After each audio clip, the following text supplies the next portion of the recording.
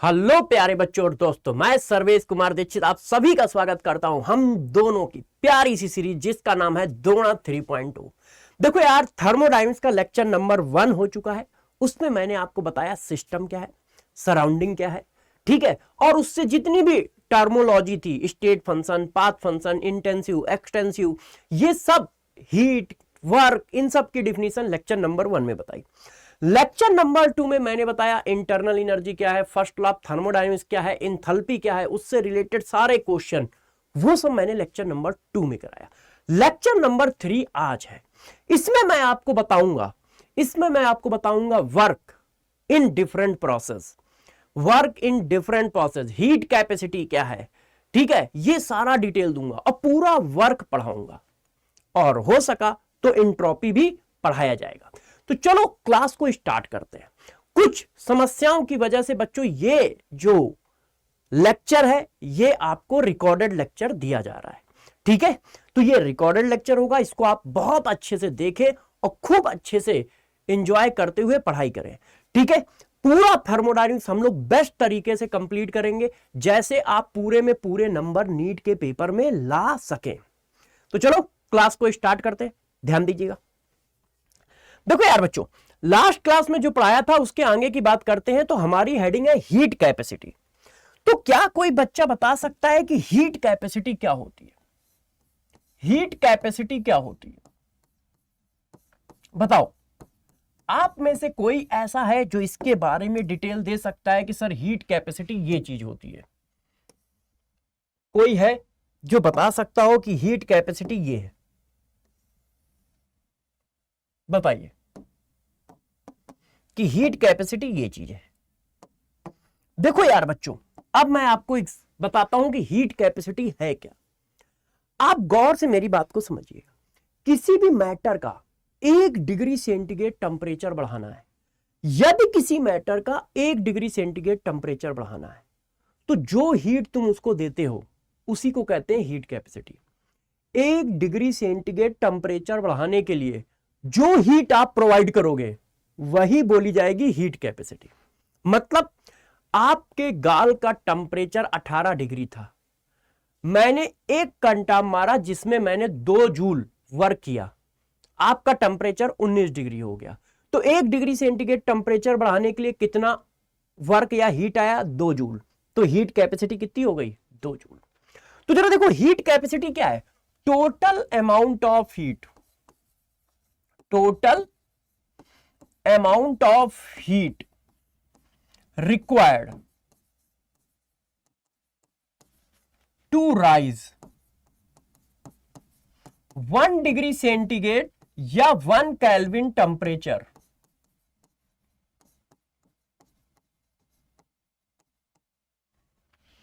Of any matter.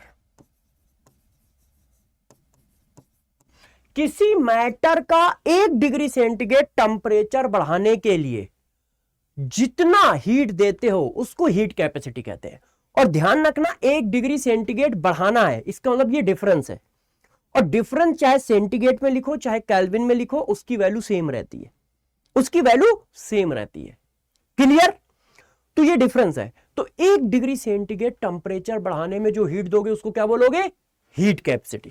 For example, यदि मैं आपसे ऐसा कहूं कि 1 डिग्री सेंटीग्रेड टेम्परेचर मैंने इस पेन का बढ़ाया है, इस पेन का बढ़ाया है, और उसमें मुझे 2 जूल एनर्जी देनी पड़ी, तो बताओ हीट कैपेसिटी कितनी होगी पेन की?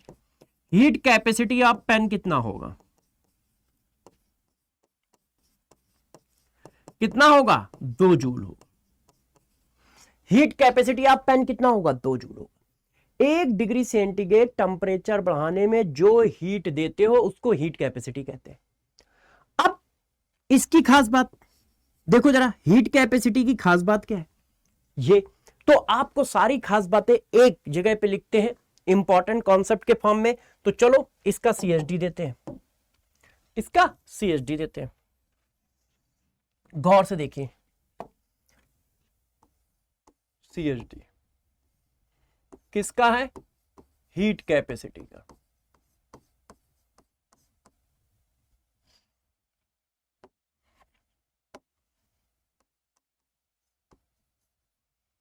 तो जरा देखो डिफिनीशन क्या है, 1 डिग्री सेंटीग्रेड या 1 केल्विन टेम्परेचर क्या कराना है, राइज कराना है।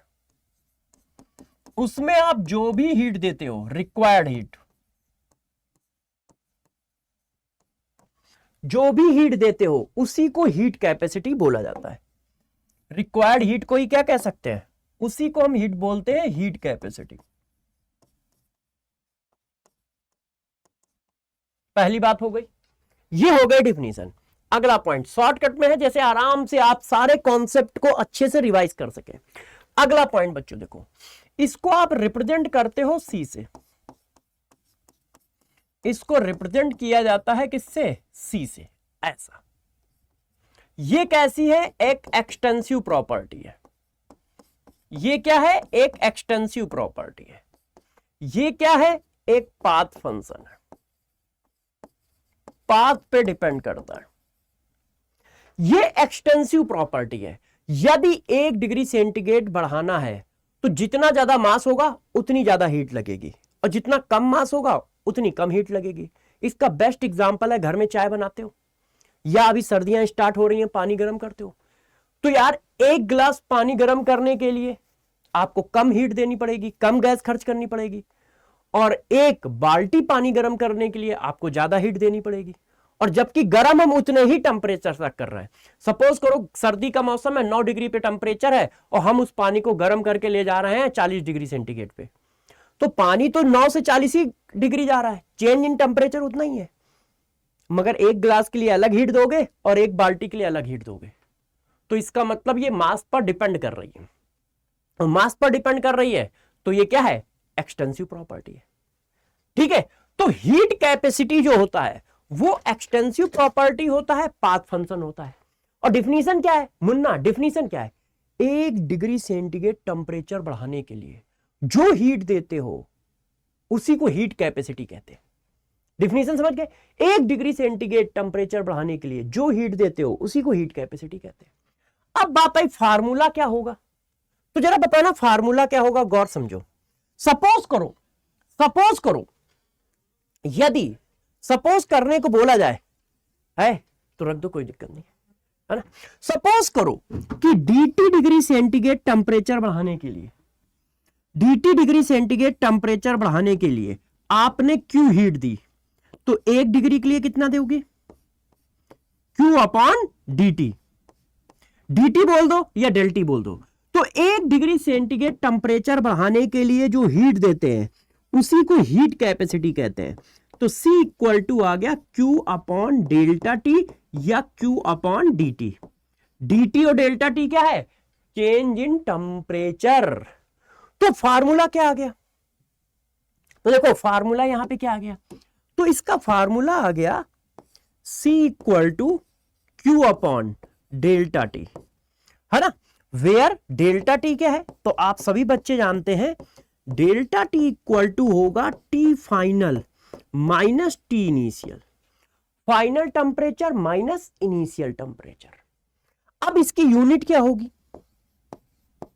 यूनिट बताओ। तो जरा देखो Q की यूनिट क्या है, जनरली क्या होगी, जूल, और टेम्परेचर की यूनिट क्या है, केल्विन। तो जूल पर केल्विन, जूल पर केल्विन। खुश हो ना, बात समझ में आई कि नहीं आई, बताओ पहले।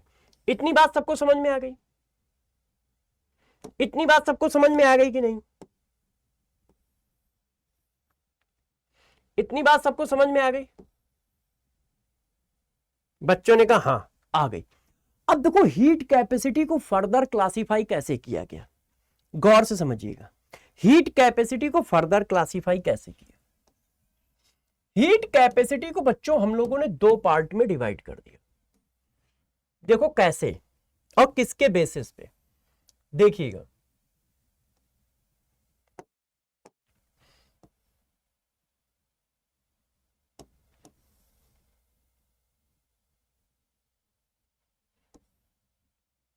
देखो बच्चों कैसे और किसके बेसिस पे, हमारे पास हीट कैपेसिटी है,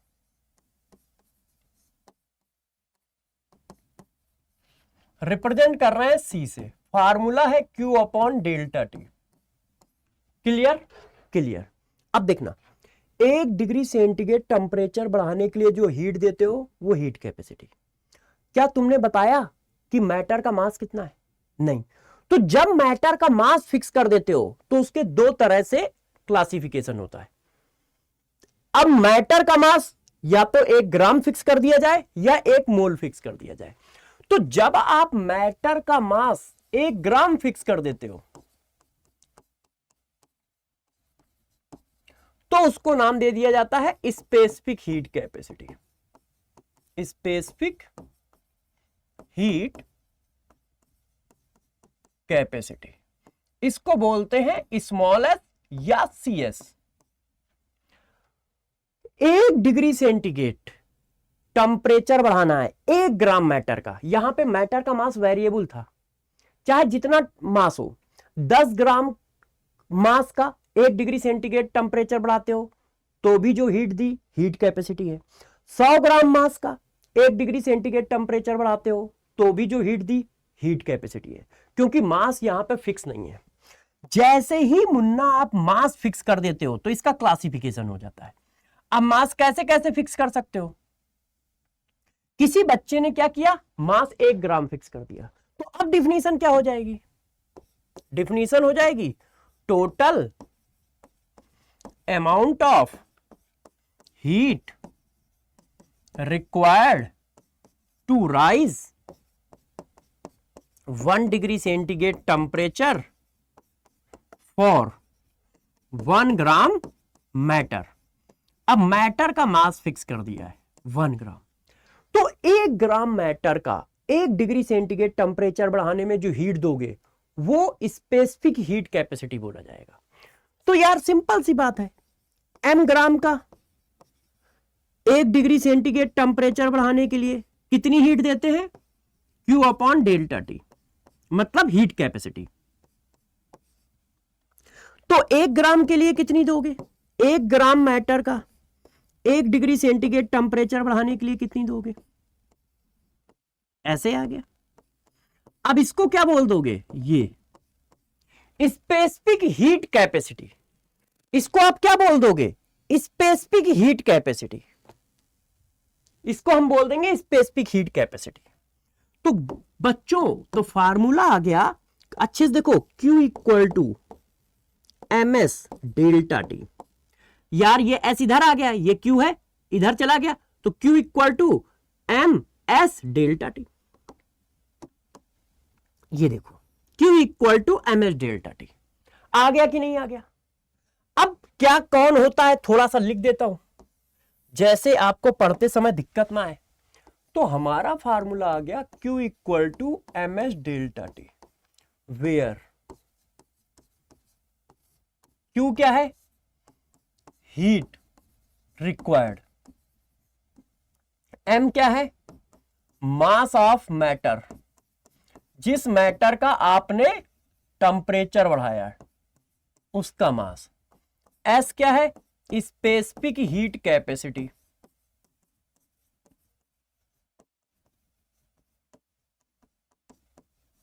और बच्चों डेल्टा टी क्या है? चेंज इन टेम्परेचर, कितना टेम्परेचर चेंज हुआ है किसी m ग्राम मैटर को Q हीट देने पर, कितना टेम्परेचर चेंज हुआ है, वो ये है। तो ये हमारा फार्मूला हो गया। क्लियर? तो जरा देखो, जब मास तुमने 1 ग्राम फिक्स कर दिया तो उसी हीट कैपेसिटी को स्पेसिफिक हीट कैपेसिटी बोलते हैं। और जब तुमने मास 1 मोल फिक्स कर दिया, कितना फिक्स कर दिया? 1 मोल फिक्स कर दिया, तो उसको नाम दे देते हैं मोलर हीट कैपेसिटी।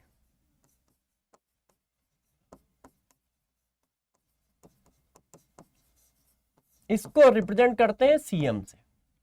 क्या नाम दे देते हैं? Molar heat capacity. अब डिफरेंस क्या होगा?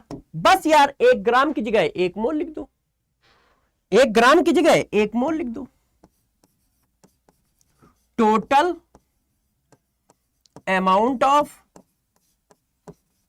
Heat required to raise 1 degree centigrade temperature for 1 mole of matter. ये देखो, 1 मोल मैटर का 1 डिग्री सेंटीग्रेड टेम्परेचर बढ़ाने के लिए जो हीट देते हो वो मोलर हीट कैपेसिटी। तो अब दिमाग में बैठा लो, 1 डिग्री सेंटीग्रेड टेम्परेचर बढ़ाने के लिए जो हीट दोगे हीट कैपेसिटी। अब मास फिक्स कर दोगे, 1 ग्राम मैटर का 1 डिग्री सेंटीग्रेड टेम्परेचर बढ़ाने के लिए जो हीट दोगे specific heat capacity. 1 mole matter का 1 मोल मैटर का 1 डिग्री सेंटीग्रेड टेम्परेचर बढ़ाने के लिए जो हीट दोगे मोलर हीट कैपेसिटी। तो मुन्ना मोलर हीट कैपेसिटी क्या हो गई? एन मोल का 1 डिग्री सेंटीग्रेड टेम्परेचर बढ़ाने के लिए जो आपने हीट दी थी वो ये थी, जिसको आप कह रहे थे हीट कैपेसिटी। अब मोल भी फिक्स कर दिया, 1 मोल का 1 डिग्री सेंटीग्रेड टेम्परेचर बढ़ाने के लिए जो हीट दोगे वो क्या हो जाएगी? तो इसको बोल देंगे मोलर हीट कैपेसिटी। तो Q इक्वल टू आ गया M C M delta T. Q equal to क्या आ गया? M C M delta T. Molar heat capacity है सीएम। 1 मोल मैटर का 1 डिग्री सेंटीग्रेड टेम्परेचर बढ़ाने के लिए जो हीट देते हो उसको मोलर हीट कैपेसिटी कहते हैं। अब इसके बारे में भी कुछ जान लो, देखो क्या है ये।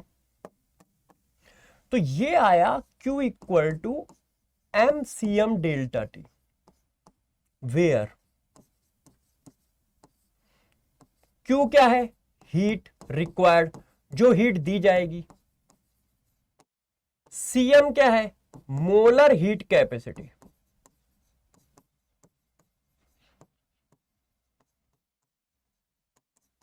मतलब 1 मोल की हीट कैपेसिटी। और डेल्टा टी क्या है? Temperature change. एन क्या है? Mole of matter.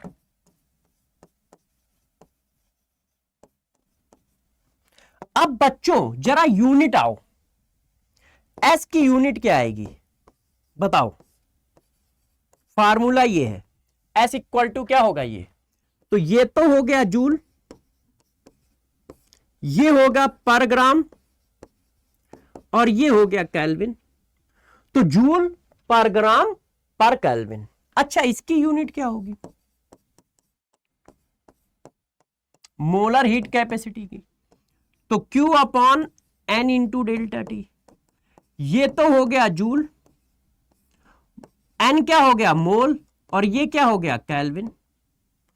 तो joule mole inverse kelvin inverse. ये क्या आया? Joule kelvin inverse mole inverse. और ये क्या आया? जूल केल्विन इनवर्स ग्राम इनवर्स। बात समझ पाए सब लोग? भाई क्लियर है या नहीं?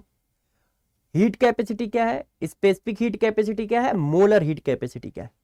क्या इतनी बात सभी मुन्ना को क्लियर है? सभी बच्चों को क्लियर है? यस या नो? यस या नो बताओ, जल्दी से ये बात बताओ कि यस या नो। सारी बातें क्लियर हैं आपको? ये बातें क्लियर है ना कि क्या हुआ, कैसे हुआ, कहां हुआ? तो देखो जरा बच्चों, ये सारी बातें एक ही जगह पे लिख देते हैं कि कब कब क्या क्या होता है। ठीक है, तो स्पेसिफिक हीट कैपेसिटी क्या है?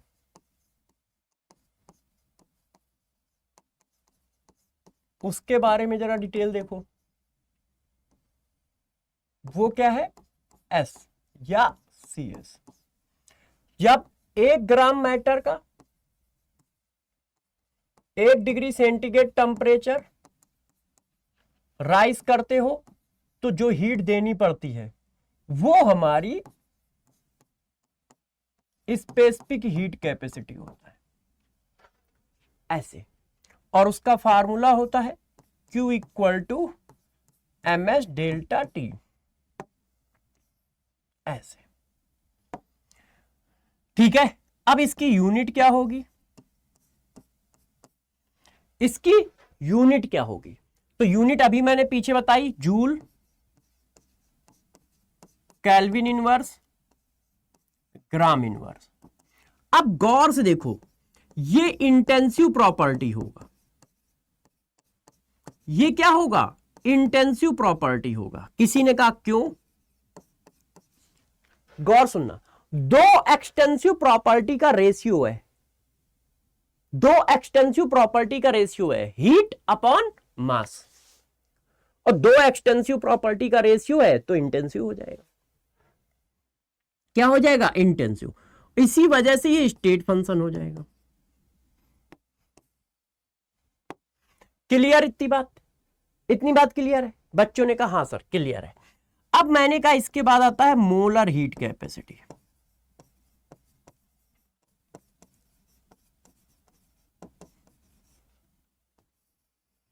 इसको हम कहते हैं सीएम। क्या है, एक मोल मैटर का 1 डिग्री सेंटीग्रेड टेम्परेचर राइज कराने में जो हीट देते हैं उसको मोलर हीट कैपेसिटी कहते हैं, NCM डेल्टा टी। क्लियर? अब ये क्या होगा, तो यार इसकी यूनिट क्या होगी,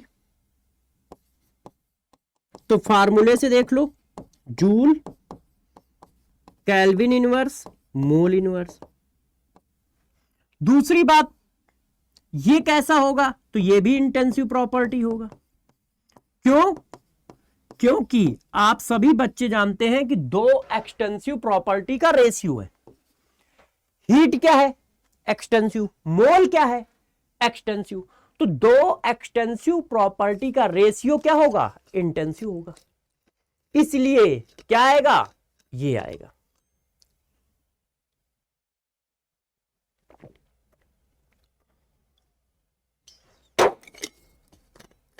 अब जरा देखो बच्चों, इस बात को हम लोग थोड़ा और आगे ले चलते हैं। बच्चों ने कहा सर कितना आगे, मैंने कहा बस थोड़ा सा और आगे। बच्चों ने कहा अच्छा आप कह रहे हो तो मान लेते हैं, बताओ। मैंने कहा सुनो, देखो अब डिफाइन करते हैं मोलर हीट कैपेसिटी को, फर्दर दो पार्ट में डिवाइड कर दिया। मोलर हीट कैपेसिटी को बच्चों फर्दर दो पार्ट में डिवाइड कर दिया गया, फर्दर दो पार्ट में डिवाइड कर दिया गया। किसके किसके पार्ट में, जरा देखो, ये क्या है, molar heat capacity CM, molar heat capacity CM. अब वो दो पार्ट कौन कौन से हैं, जरा देखो, थोड़ा सा नीचे करते हैं, जगह नहीं है ना।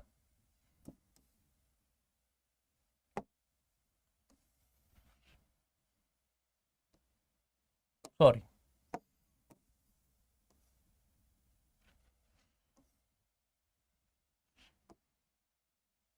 अब देखो, molar heat capacity at constant value, इसको कहते हैं सीवी। इसको क्या कहते हैं, सीवी कहते हैं। और ये molar heat capacity at constant pressure, इसको कहते हैं सीपी। अब जरा गौर से दोनों की बातें समझिएगा और दोनों के बारे में समझिएगा। देखो सबसे पहली बात, ये जो दोनों हैं क्या है, कैसे हैं, ठीक। अब देखो, molar heat capacity at constant value, molar heat capacity at constant pressure, ये जनरली गैस के लिए डिफाइन है। पहला पॉइंट, गैस के लिए कैसे डिफाइन है, इस बात को देखो हम बताते हैं। आपको क्या करना है, गौर सुनिए, ये 1 मोल गैस है, 1 मोल मान लो, क्यों, क्योंकि मोलर हीट कैपेसिटी के पार्ट है, और जब मोलर हीट कैपेसिटी के पार्ट हैं तो मोल तो एक ही होंगे। ये देखो, ये 1 मोल गैस है। आपको इसका 1 डिग्री सेंटीग्रेड टेम्परेचर बढ़ाना है मगर वॉल्यूम चेंज नहीं होना चाहिए। तो कंटेनर क्लोज है तो वॉल्यूम अपने आप नहीं चेंज होगा, गैस का टेम्परेचर 1 डिग्री बढ़ जाएगा। तो आपको यहां डिफिनीशन क्या लिखनी है, 1 मोल गैस का टेम्परेचर 1 डिग्री सेंटीग्रेड बढ़ाना है एट कांस्टेंट वॉल्यूम, बिना वॉल्यूम को चेंज किए। तो कंटेनर हमारा रिजिड है, 1 मोल गैस का टेम्परेचर 1 डिग्री सेंटीग्रेड बढ़ाओगे एट कांस्टेंट वॉल्यूम। तो क्या डिफिनीशन होगी, total amount of heat required to rise 1 degree centigrade temperature for 1 mole of gas। अब देखो यहां पे क्या हो गया, यहां तक तो मोलर हीट कैपेसिटी हुई eight constant volume, eight constant volume. इसकी डेफिनेशन में ऐसा कुछ नहीं कहा गया कि वॉल्यूम कांस्टेंट रखते हुए ये काम करना है, प्रेशर कांस्टेंट रखते हुए काम करना है, चाहे जैसे करो, दोनों वेरिएबल है, हमें कोई दिक्कत नहीं है। मगर यहां कहा जा रहा है कि वॉल्यूम कांस्टेंट होना चाहिए। तो आपने क्या किया, 1 मोल गैस का 1 डिग्री सेंटीग्रेड टेम्परेचर बढ़ाया और उसमें कितना काम करना पड़ा, Q अपॉन M, अभी करके आए हो N, अब डेल्टा T, इतना ही काम तो करना पड़ा था। और इसको अब नाम क्या दे रहे हो, CV, क्यों, एट कांस्टेंट वॉल्यूम है, एट कांस्टेंट वॉल्यूम। तो Q इक्वल टू आ गया NCV dt, dt बोल दो या डेल्टा T बोल दो, ऐसे Q इक्वल टू आ गया NCV dt। और ये कौन सी हीट है, हीट एट कांस्टेंट वॉल्यूम। आपने कांस्टेंट वॉल्यूम पर हीट दी है, total amount of heat required to raise 1 degree centigrade temperature 1 mole of gas at constant volume. तो इसका मतलब ये कांस्टेंट वॉल्यूम पे दी गई हीट है। और कांस्टेंट वॉल्यूम की हीट को क्या कहते हैं, लास्ट क्लास में पढ़ाया है, रोना धोना नहीं। कांस्टेंट वॉल्यूम की हीट को क्या कहते हैं, इंटरनल एनर्जी चेंज। तो कांस्टेंट वॉल्यूम की हीट को इंटरनल एनर्जी चेंज कहा जाता है, इसलिए इसका फार्मूला हो गया du equal to N C V dt। Reason अगले पेज पे ले चलते हैं, रीजन जरा समझो। वाई,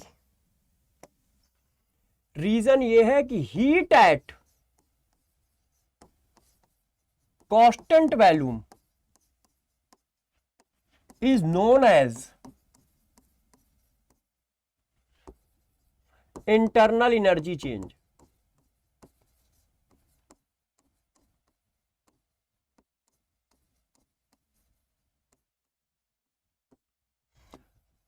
कांस्टेंट वॉल्यूम की हीट को du कहा जाता है, ध्यान रखिएगा, कांस्टेंट वॉल्यूम की हीट को du कहते हैं, हीट को du नहीं कहते हैं। यदि वो हीट कांस्टेंट वॉल्यूम पे दी जा रही है या निकल रही है तो वो इंटरनल एनर्जी चेंज के बराबर है। तो du इक्वल टू आ गया एनसीवी dt। और ये कांस्टेंट वॉल्यूम पे दी गई हीट है, और कितना, 1 मोल गैस का 1 डिग्री सेंटीग्रेड टेम्परेचर बढ़ाया आपने। अच्छा, अब यहां आ जाओ, तो यहां पर क्या होगा, डिट्टो यही काम होगा, यही काम होगा। आपने क्या किया, कंटेनर हमारा क्लोज है, 1 मोल गैस है। अब 1 मोल गैस का मुझे टेम्परेचर बढ़ाना है 1 डिग्री सेंटीग्रेड, मगर इस बार प्रेशर चेंज नहीं होना चाहिए। हम क्या कर रहे हैं, total amount of heat required to raise 1 degree centigrade temperature for 1 mole of gas at constant pressure. अब आपसे कहा जा रहा है कि 1 मोल गैस का 1 डिग्री सेंटीग्रेड टेम्परेचर बढ़ाओ मगर प्रेशर कांस्टेंट होना चाहिए, तो मैंने कहा बढ़ा देंगे। देखो 1 मोल गैस है, 1 डिग्री सेंटीग्रेड टेम्परेचर बढ़ाना है, तो ये हीट आई, कांस्टेंट प्रेशर है ना इस समय, तो ये कांस्टेंट प्रेशर की हीट हुई, और इसको नाम दिया मैंने सीपी। इसको क्या नाम दिया? सीपी। ये देखो, तो ये आ गया Q equal to N CP D T, और ये क्या है? Heat at constant pressure. तो heat at constant pressure is known as क्या? Heat at constant pressure is known as enthalpy change. भाई जरा इंथैल्पी चेंज की डेफिनेशन बताना क्या थी? यही थी, कांस्टेंट प्रेशर की हीट को इंथैल्पी चेंज कहते हैं, कांस्टेंट वॉल्यूम की हीट को इंटरनल एनर्जी चेंज कहते हैं, और हीट हीट है। एक पर्टिकुलर सिचुएशन की हीट इंटरनल एनर्जी चेंज है, एक पर्टिकुलर सिचुएशन की हीट इंथैल्पी चेंज है। ये देखो, तो डी एच इक्वल टू हो गया एन सीवी डी टी, और ये हो गया N CV D T, D U equal to N CV D T, और D H equal to N CP D T. तो अब आप अच्छे से ध्यान दो, तो सारी डिफिनीशन पढ़ा दी है, अब दिमाग में सेट करो। 1 डिग्री सेंटीग्रेड टेम्परेचर बढ़ाने के लिए जो हीट दे रहे हो, हीट कैपेसिटी, यदि उसका मास 1 ग्राम कर दिया तो स्पेसिफिक हीट कैपेसिटी, यदि उसका मास 1 मोल कर दिया तो मोलर हीट कैपेसिटी। यदि 1 मोल गैस का टेम्परेचर 1 डिग्री सेंटीग्रेड बढ़ाते हो कांस्टेंट वॉल्यूम पे, तो molar heat capacity at constant volume CV, और कांस्टेंट प्रेशर पे तो molar heat capacity at constant pressure CP. फार्मूले ये आ गए। अब यहां से थोड़ा सा एक बात और जरा देखो, वो क्या है? Heat at constant pressure is known as enthalpy change।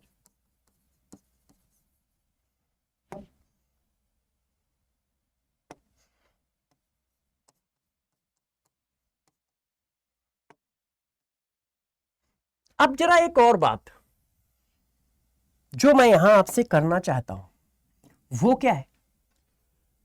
किसी ने कहा कि यार सीपी और सीवी में रिलेशन क्या होता है ना? Mayor formula, relation between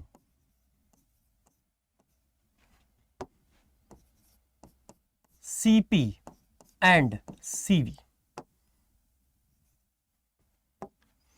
CP और सीबी में रिलेशन बताओ, तो यार बहुत इजी है। देखो आपको फार्मूला होता है D H equal to D U plus, ध्यान है, एन आर डी टी, जब टेम्परेचर चेंज हो। ये फार्मूला कब था? कल पढ़ाया है लेक्चर नंबर 2 में। D H equal to D U plus N R D T, जब टेम्परेचर चेंज हो रहा हो। ये फार्मूला चेंज इन टेम्परेचर के फॉर्म में, और यहां पर टेम्परेचर चेंज हो रहा है, इसलिए मैंने ये यूज किया। अब इसकी वैल्यू क्या है? तो इसकी वैल्यू है एन सीपी डी टी, इसकी वैल्यू क्या है? एन सीवी डी टी, और इसकी वैल्यू क्या है? एन आर डी टी,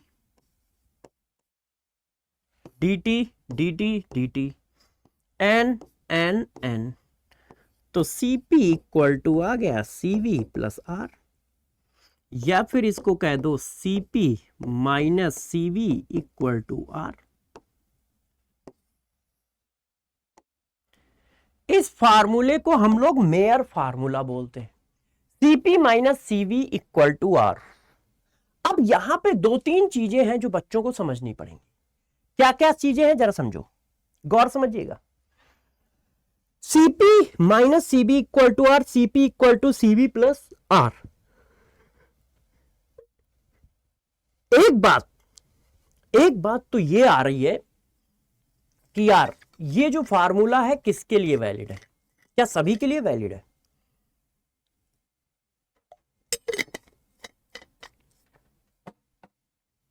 तो जरा गौर से देखो, एक एक करके क्वेश्चन जो हमारे दिमाग में आते हैं। Why C P is greater than C V. आप दोनों में सेम काम किया है, चेक करो क्या किया है। 1 मोल गैस है, 1 डिग्री सेंटीग्रेड टेम्परेचर बढ़ाया है कांस्टेंट वॉल्यूम पर। 1 मोल गैस है, 1 डिग्री सेंटीग्रेड टेम्परेचर बढ़ाया है कांस्टेंट प्रेशर पर। अमाउंट सेम है, टेम्परेचर जो बढ़ा है वो सेम है, तो यहां एनर्जी ज्यादा क्यों देनी पड़ रही है? क्योंकि जो एनर्जी दे रहे हो वही तो हीट कैपेसिटी है, तो यहां ज्यादा एनर्जी क्यों देनी पड़ रही है बताओ? दोनों में 1 मोल गैस है, दोनों में 1 डिग्री सेंटीग्रेड टेम्परेचर बढ़ा है, तो यहां पर एनर्जी कम देनी पड़ रही है, यहां पर ज्यादा देनी पड़ रही है। क्यों? क्योंकि तुम कह रहे हो सीपी बड़ा है सीवी से, और जो हीट देते हो वही तो हीट कैपेसिटी है, तो ज्यादा क्यों देनी पड़ रही है? पहला क्वेश्चन यही है, ये देखो। और बड़ा कैसे होता है ये आप प्रूफ करके आए हो। देखो बड़ा है, सीवी में प्लस कुछ जोड़ो, सीवी में आर जोड़ो तब इसके बराबर होता है, तो बड़ा है। तो बड़ा क्यों है? तो अब गौर से समझिए बड़ा क्यों है। देखना, किसी कंटेनर में गैस है और उसका टेम्परेचर 1 डिग्री सेंटीग्रेड बढ़ाओगे तो उसका प्रेशर कांस्टेंट कैसे रहेगा ये बताओ भाई। 1 डिग्री सेंटीग्रेड टेम्परेचर बढ़ाओगे तो क्या बढ़ेगी? Kinetic energy. काइनेटिक एनर्जी बढ़ेगी तो कोलिजन बढ़ेंगी,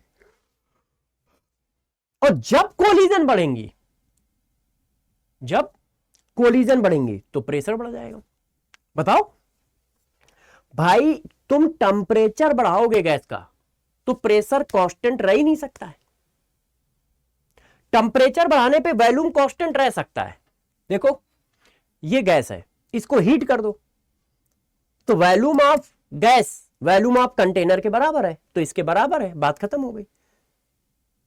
आप इसको हीट कर लो, 10 डिग्री सेंटीग्रेड टेम्परेचर बढ़ा लो, गैस का वॉल्यूम चेंज नहीं होगा क्योंकि रिजिड बॉडी है और क्लोज है। मगर प्रेशर चेंज होगा, क्यों? क्योंकि गैस की काइनेटिक एनर्जी चेंज होगी, और काइनेटिक एनर्जी चेंज होगी तो फिर कोलिजन नंबर बढ़ेंगे, और कोलिजन नंबर बढ़ेंगे तो प्रेशर बढ़ जाएगा, अब बात आती है कि यार फिर प्रेशर कांस्टेंट कैसे रखोगे? आपको तो ये काम कांस्टेंट प्रेशर पे करना है, तो प्रेशर कांस्टेंट रखने के लिए वॉल्यूम को बढ़ाना पड़ता है, तो ये जो गैस है ये पिस्टन को ऊपर की ओर ढकेलेगी ऐसे। क्यों? P इंटू वी होता है बॉयल्स लॉ। यदि प्रेशर को कांस्टेंट रखना है तो इसकी वैल्यू बढ़ा दो, तो वॉल्यूम को ये क्या करता है, गैस को क्या करता है, धक्का मारता है, जिससे एक्सपेंशन होता है। ये देखो, तो जब गैस कुछ काम कर देगी तो प्रेशर कांस्टेंट हो जाएगा। भाई वॉल्यूम बढ़ाओगे तो प्रेशर गिर गया, टेम्परेचर दिया, टेम्परेचर देने से प्रेशर बढ़ा, मैंने वॉल्यूम बढ़ा दिया तो प्रेशर फिर गिर गया और सेम हो गया। मगर वॉल्यूम बढ़ाने के लिए गैस को क्या करना पड़ा, काम। तो यहां पर जो एनर्जी दे रहे हो वो इतने कामों में खर्च होती है। 1 मोल गैस का 1 डिग्री सेंटीग्रेड टेम्परेचर बढ़ाती है, और साथ में ये जो एक्सपेंशन वाला वर्क है उसके लिए भी एनर्जी यही देता है। 1 मोल गैस का 1 डिग्री सेंटीग्रेड टेम्परेचर बढ़ाना है, मगर साथ साथ में जो गैस काम कर रही है उसके लिए भी एनर्जी यही सप्लाई करता है। इसीलिए सीपी की वैल्यू सीवी से ज्यादा होती है। और कितनी ज्यादा है? दोनों में डिफरेंस किस बात का है? इस वर्क का है, जो इसको करना पड़ा है पिस्टन को ऊपर करने के लिए। और क्यों करना पड़ा है? क्योंकि प्रेशर कांस्टेंट रखना है, और टेम्परेचर बढ़ाओगे तो प्रेशर बढ़ेगा। तो मैंने क्या किया, वॉल्यूम बढ़ा दिया, तो प्रेशर फिर कम हो गया और कांस्टेंट हो गया। तो इसके लिए इसको काम करना पड़ता है। तो रीजन क्या है? रीजन ये है कि इसमें वर्क डन साथ में रहता है, एक्सपेंशन वाला वर्क, है ना।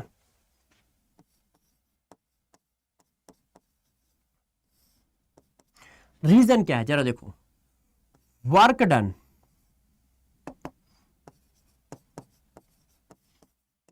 By the gas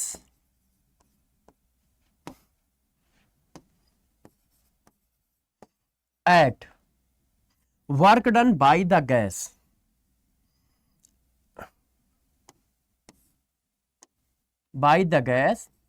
at rise 1 degree centigrade temperature for 1 mole gas at constant pressure। Pressure को कांस्टेंट रखने के लिए गैस के थ्रू किया गया काम वो यहां पर एक्स्ट्रा होता है। मतलब सीपी की वैल्यू जो होती है सीपी प्लस वर्क डन होता है, इतना ज्यादा है सीपी से।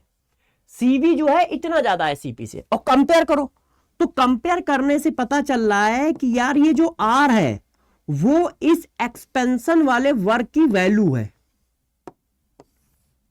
जो ये आर है ये यूनिवर्सल गैस कांस्टेंट है, मगर इस वर्क की वैल्यू निकल के आ रही है। आर क्या है? Work done by the gas. Pressure को कांस्टेंट रखने में गैस के थ्रू किया गया काम, उस काम की वैल्यू आर है, उस काम की वैल्यू आर है। तो ध्यान रखना आर क्या है? आर वर्क डन है जो 1 मोल गैस ने किया है प्रेशर को कांस्टेंट रखने के लिए। आर क्या है? R value of work done है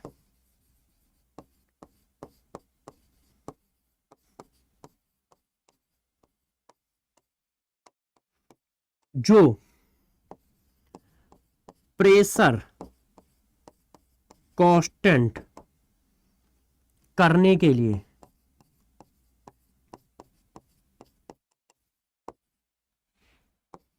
1 मोल गैस ने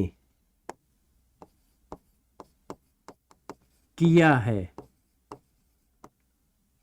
तो आर उस वर्क की वैल्यू है जो 1 मोल गैस को, ठीक है, प्रेशर कांस्टेंट रखने में करना पड़ा है।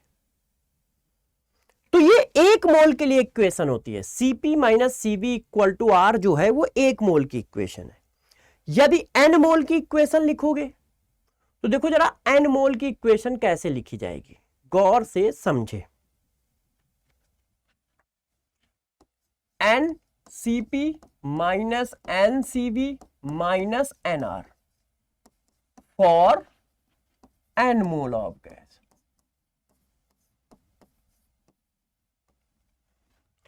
मतलब 1 मोल गैस के लिए R काम करना पड़ता है, n मोल गैस के लिए NR काम करना पड़ेगा। Molar heat capacity at constant volume 1 mole gas का है। सीपी और सीबी 1 मोल गैस की है, और यदि n मोल गैस लोगे तो n से सम में मल्टीप्लाई होगा, n से सम में मल्टीप्लाई होगा। ये देखो, और ये जो फार्मूला है ये 1 मोल के लिए है।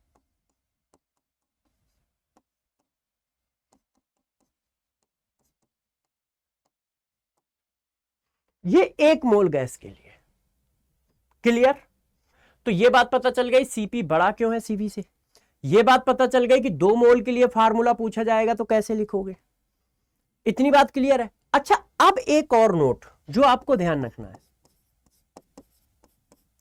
Liquid state and solid state के लिए सीपी और सीवी की वैल्यू आपस में बराबर होती है। क्यों?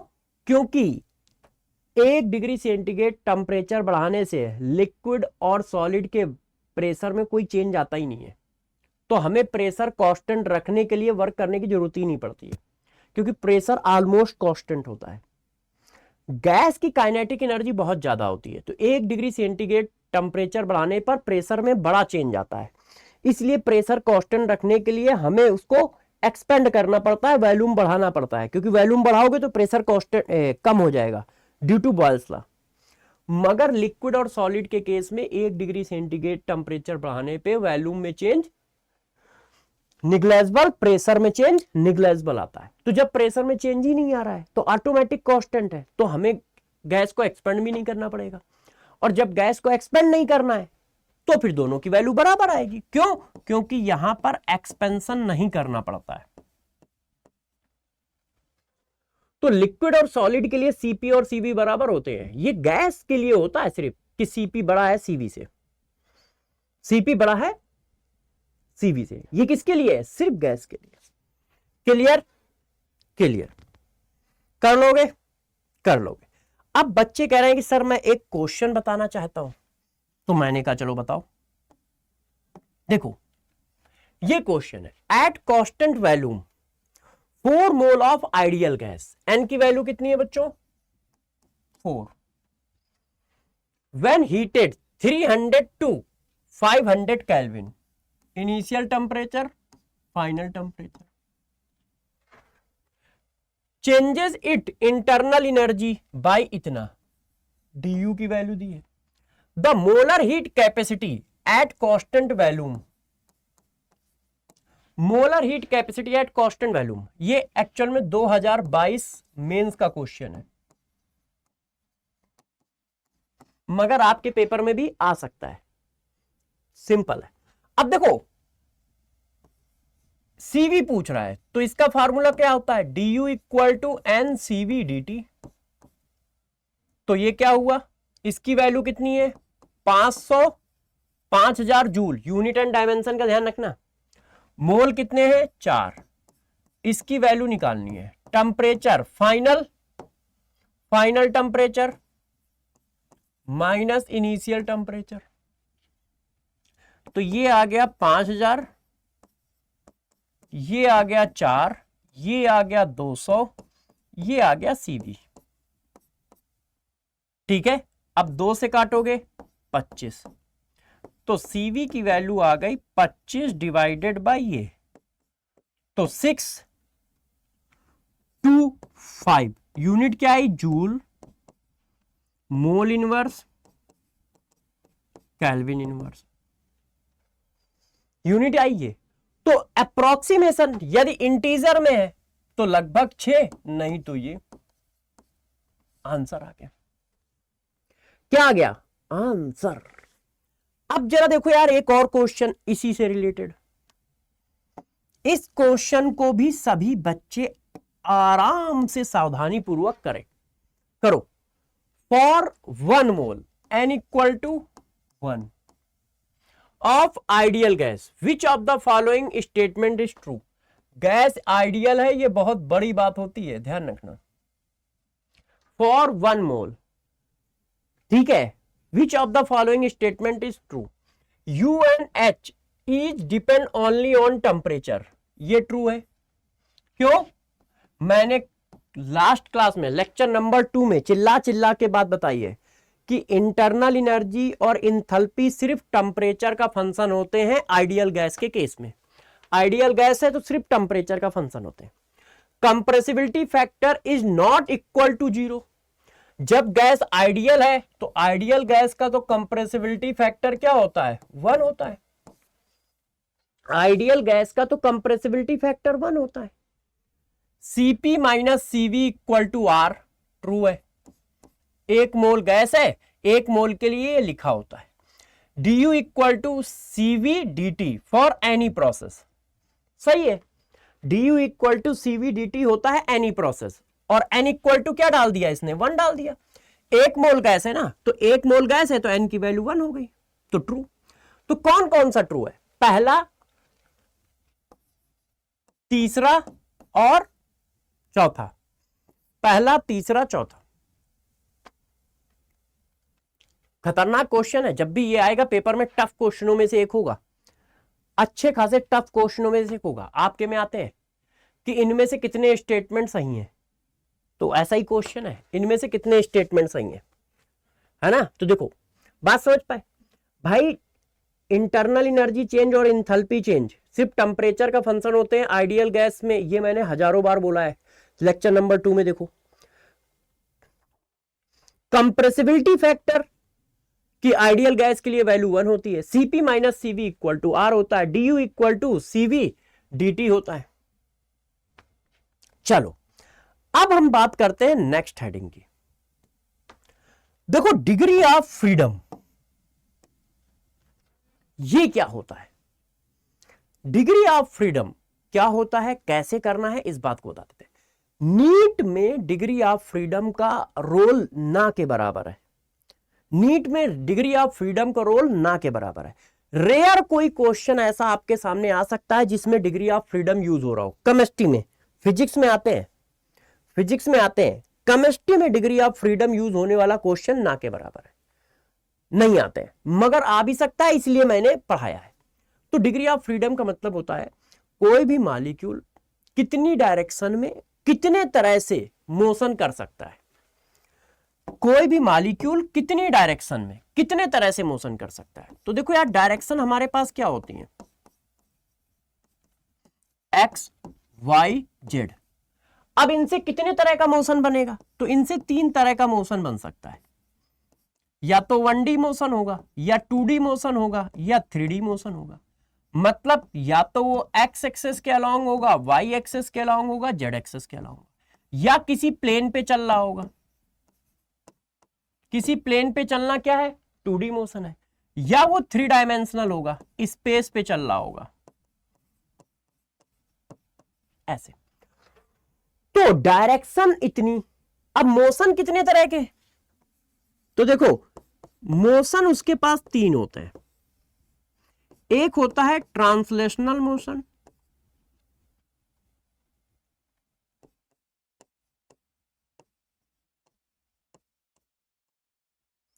एक होता है वाइब्रेशनल मोशन,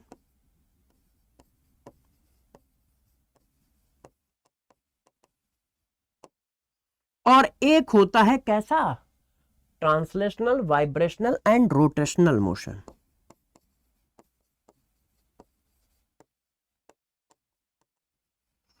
उसमें से इस वाले मोशन को हम काउंट नहीं करते।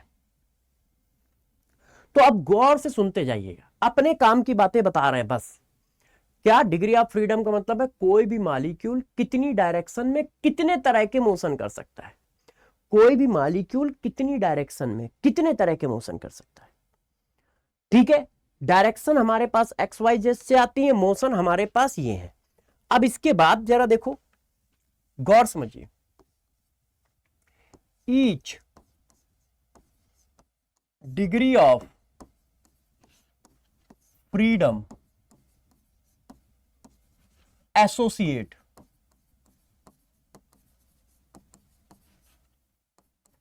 वन बाई टू KT पर मॉलिक्यूल, या 1/2 RT पर मोल एनर्जी, काइनेटिक एनर्जी। एक degree of freedom half RT kinetic energy अपने साथ एसोसिएट करता है। तो सपोज करो डिग्री ऑफ फ्रीडम की वैल्यू क्या है, F। डिग्री ऑफ फ्रीडम कितना है, स्मॉल f। तो एक उतना करता है तो F कितना करेगा, एक उतना करता है तो F कितना करेगा, FR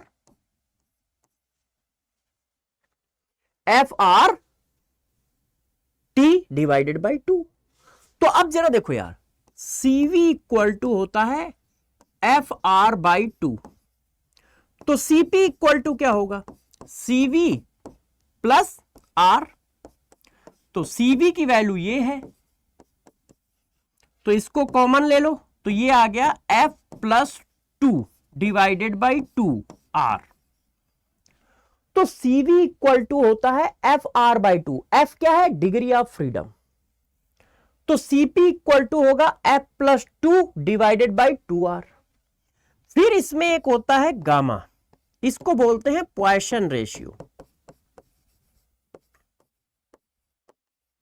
Poisson ratio equal to होता है CP अपॉन CV। तो वैल्यू डाल दो तो F plus 2 divided by F आ गया, इसकी value F plus 2 divided by F आ गया। तो इसका मतलब यदि डिग्री ऑफ फ्रीडम पता चल जाए तो आप CV की वैल्यू निकाल लोगे, आप CP की वैल्यू निकाल लोगे, और आप पॉइसन रेशियो की वैल्यू निकाल लोगे। मगर ये कब कर पाओगे, जब आपको डिग्री ऑफ फ्रीडम पता हो। यदि डिग्री ऑफ फ्रीडम नहीं पता है तो इनमें से आप कुछ भी नहीं निकाल सकते हो। सीवी की वैल्यू क्या है? F R divided by 2। CP की वैल्यू क्या है? F plus 2 divided by 2r। और इसकी वैल्यू क्या है? F plus 2 divided by F. F plus 2 divided by F. तो यदि डिग्री ऑफ फ्रीडम पता चल जाए तो सबकी वैल्यू पता चल जाएगी। तो देखो, आपको ये टेबल याद रखनी है। ये मैं पहले से इसलिए बना के लाया हूं कि इसमें ज्यादा टाइम बर्बाद ना हो, क्योंकि ये नीट के लिए केमिस्ट्री में ज्यादा यूजफुल नहीं है। रेयर है कि इस पर कोई क्वेश्चन आपसे पूछे। एटॉमिसिटी और molecule, atomicity of molecule, DOF degree of freedom, CV F R by 2, CP F plus 2 divided by 2r, Poisson ratio F plus 2 divided by F. यदि कोई मोनो एटॉमिक गैस है, जैसे हीलियम, नियॉन, आर्गन, जिसके पास सिर्फ एक atom होता है, जिसकी एटॉमिसिटी सिर्फ एक है, तो उसका डिग्री ऑफ फ्रीडम फिक्स है, 3 ही होगा हमेशा। उसका डिग्री ऑफ फ्रीडम हमेशा 3 होता है यदि कोई मोनो एटॉमिक गैस है, मतलब जिसका एटॉमिसिटी 1 है। हीलियम, नियॉन, आर्गन जनरली क्या होंगे? ये सब इनर गैस होंगे। 3 डाल दो तो ये 3/2 हो जाएगा। मोनो एटॉमिक गैस के लिए सीवी की वैल्यू 3/2, मोनो एटॉमिक गैस के लिए सीपी की वैल्यू 5/2, मोनो एटॉमिक गैस के लिए पॉइसन रेशियो की वैल्यू 5/3। क्यों? आप देख लो, एफ की वैल्यू 3 डाली, एफ की वैल्यू 3 डाली, एफ की वैल्यू 3 डाली, आंसर आ गया। और यदि कोई गैस डाई एटॉमिक है, डाई एटॉमिक का मतलब जिसमें 2 एटम से मिलके बनी हो, O2, N2, F2, NO, CO, तो उनका डिग्री ऑफ फ्रीडम 5 होता है। तो F की वैल्यू 5 डाल दो, 5/2, 7/2, 7/5। यदि ट्राई एटॉमिक गैस है, और ट्राई एटॉमिक गैस 2 तरह की हो सकती है, लीनियर और नॉन लीनियर। यदि लीनियर है तो डिग्री ऑफ फ्रीडम 7 है, 7/2, 9/2, 9/7। और यदि नॉन लीनियर है तो डिग्री ऑफ फ्रीडम 6 है, तो 6/2, 8/2 और 8/6। आपको क्या करना है? आपको ये चीजें याद रखनी है। यदि डिग्री ऑफ फ्रीडम याद रहेगी तो आप सबकी वैल्यू निकाल लोगे। क्यों? आपको पता है कि CV इक्वल टू होता है F R divided by 2, CP equal to होता है F plus 2 divided by 2r, और पॉइसन रेशियो इक्वल टू होता है CV डिवाइडेड बाई CP, मतलब F plus 2 divided by F। Clear है? इसकी जरूरत हमें पड़ सकती है, रेयर। तो मैंने कहा डिग्री ऑफ फ्रीडम का मतलब होता है कोई भी मॉलिक्यूल कितनी डायरेक्शन में कितनी तरह से रोटेट हो सकता है। क्लियर? इसको F से रिप्रेजेंट करते हैं। हर एक डिग्री ऑफ फ्रीडम के पास हाफ RT काइनेटिक एनर्जी होती है। CV की वैल्यू होती है FR/2, CP की वैल्यू होती है F plus 2 divided by 2r, Poisson ratio की वैल्यू होती है F plus 2 divided by F। Monoatomic gas के लिए degree of freedom 3, diatomic gas के लिए डिग्री ऑफ फ्रीडम 5, और ट्राई एटॉमिक गैस लीनियर के लिए 7, try atomic gas non linear के लिए 6। उसके हिसाब से किया गया। इस पर क्वेश्चन कैसा पूछा जा सकता है? तो देखो, for mono atomic ideal gas the exact value of CP and CV is ratio of CP। देखो, ये क्या होता है? मोनो एटॉमिक गैस है तो इसकी वैल्यू क्या होगी? 3। डिग्री ऑफ फ्रीडम कितना होगा? 3। और डाई एटॉमिक और CP की वैल्यू कितनी होगी? अब वो कह रहा है CP अपॉन CV बताओ, तो बता दो यार, है कि नहीं? मतलब पॉइसन रेशियो की वैल्यू पूछ रहा है।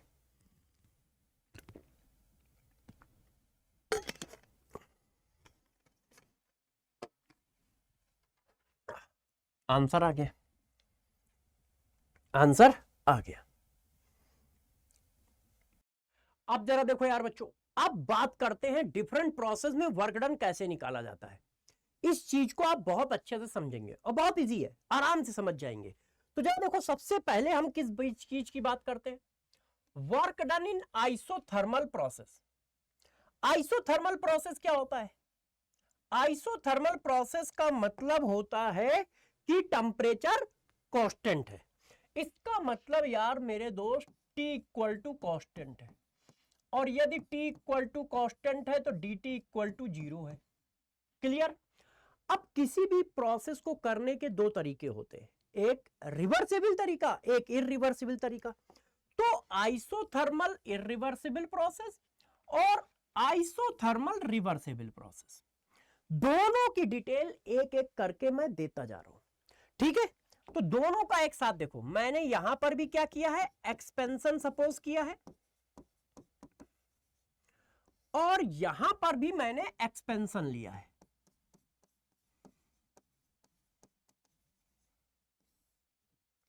अब जरा देखिए, एक बार मैं एक्सपेंशन इरिवर्सिबल मेथड से करूंगा, एक बार मैं एक्सपेंशन रिवर्सिबल मेथड से करूंगा। तो देखो यार बच्चों, ये एक कंटेनर है और हमें पिस्टन का एक्सपेंशन करना है। ये देखो, ये इनिशियल वैल्यू, ये फाइनल वैल्यू, और एक स्टेप में मैंने इसको ऐसे एक्सपेंस कर दिया। इस तरह से एक्सपेंशन हो रहा है, इस तरह से ऊपर की ओर जा रहा है। क्लियर है ये बात? ये बात क्लियर है। अब देखो होता कैसे है, इस पर ऊपर से प्रेशर लग रहा है P एक्सटर्नल। ऊपर से कितना प्रेशर लग रहा है? P external.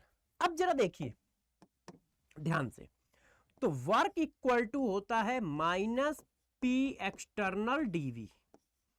तो वर्क इक्वल टू आया माइनस P एक्सटर्नल dV का मतलब V final minus V initial. तो एक फार्मूला तो ये हो गया वर्क डन का। ये किसके टर्म में हुआ? वॉल्यूम के टर्म में।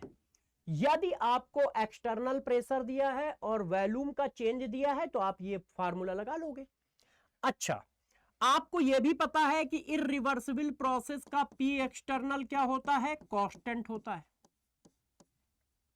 मान लो वॉल्यूम ना दिया हुआ तो कैसे निकालोगे? तो हम सभी लोग जानते हैं कि PV इक्वल टू होता है nRT।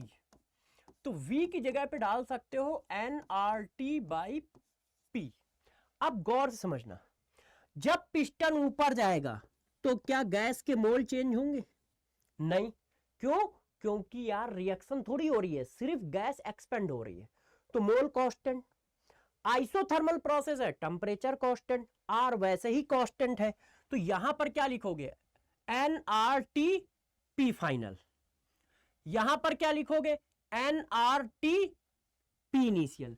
क्यों? वॉल्यूम बढ़ रहा है तो प्रेशर कम हो रहा होगा। तो यही फार्मूला ऐसे आ जाएगा। गौर से देखिएगा सब लोग,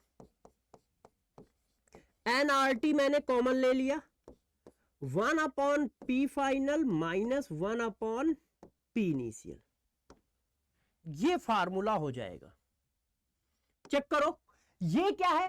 प्रेशर के टर्म में है, ये क्या है? वॉल्यूम के टर्म में है। भाई इसकी जगह क्या लिखोगे? nRT P final. इसकी जगह क्या लिखोगे? nRT V final. nRT दोनों से कॉमन ले लिया। अब मुझे कोई बच्चा बताए, आप में से कोई भी बताइए, जब प्रोसेस रुकेगा, एक्सपेंशन रुकेगा, कब रुकेगा? बताओ, एक्सपेंशन कब रुकेगा? ये पिस्टन ऊपर की ओर जा रहा है, कब रुकेगा?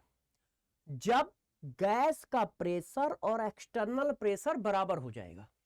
भाई क्या है, गैस इसको ऊपर की ओर धक्का मार रही है और एक्सटर्नल प्रेशर नीचे की ओर धक्का मार रहा है, तो इंटरनल प्रेशर, गैस का प्रेशर ज्यादा है इसलिए पिस्टन ऊपर जा रहा है। कब तक ऊपर जाता रहेगा? जब दोनों के प्रेशर बराबर हो जाएंगे तब। तो एक्सपेंशन कब रुकेगा? जब ये आएगा। तो यदि एक्सपेंशन रुक गया है तो एक्सटर्नल प्रेशर और फाइनल प्रेशर हमेशा बराबर रहेंगे, ये भी बात ध्यान रखना। यदि एक्सपेंशन रुक गया है तो फाइनल प्रेशर और एक्सटर्नल प्रेशर बराबर हो जाएगा। तो देखो, इरिवर्सिबल आइसोथर्मल प्रोसेस में वर्क की वैल्यू कितनी आ रही है? ये वॉल्यूम के टर्म में है और ये प्रेशर के टर्म में है। अब इधर आ जाओ, अब इधर आओ, देखो यहां पर भी हमें एक्सपेंशन करना है। ये हमारा पिस्टन है और पिस्टन को यहां तक पहुंचना है, यहां तक। ये वी इनिशियल, ये वी फाइनल। इस पर एक्सटर्नल प्रेशर लग रहा है और ये गैस है, गैस अपना इंटरनल प्रेशर लगा रही है ऐसे। अब रिवर्सेबल मेथड है। रिवर्सेबल मेथड इनफिनाइट स्टेप में खत्म होता है और हर समय इक्विलिब्रियम होती है। तो ये पिस्टन ऐसे नहीं भगेगा, ये पिस्टन हमेशा इक्विलिब्रियम में रहेगा। यहां तक पहुंचने में हजारों साल लगाएगा, वो इस तरह की एक इक्विलिब्रियम बनाएगा। ये देखो, ये ऐसे करता हुआ इक्विलिब्रियम में ऐसे वाइब्रेट करता हुआ ऊपर जाएगा। और इसके बारे में मैंने बताया था कि इसका पी एक्सटर्नल जो होता है वो वेरिएबल होता है और वो हर समय प्रेशर ऑफ गैस के लगभग बराबर होता है। क्यों? तभी तो ये धीरे धीरे ऊपर जाएगा। यदि प्रेशर ऑफ गैस ज्यादा है, सर्र से पिस्टन ऊपर चला जाएगा, और यदि प्रेशर ऑफ गैस कम है तो कंप्रेशन हो जाएगा।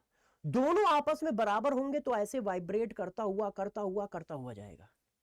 तो यहां पर ये वेरिएबल है और ये आपने कितने स्टेप में किया है? इनफिनाइट स्टेप में किया है।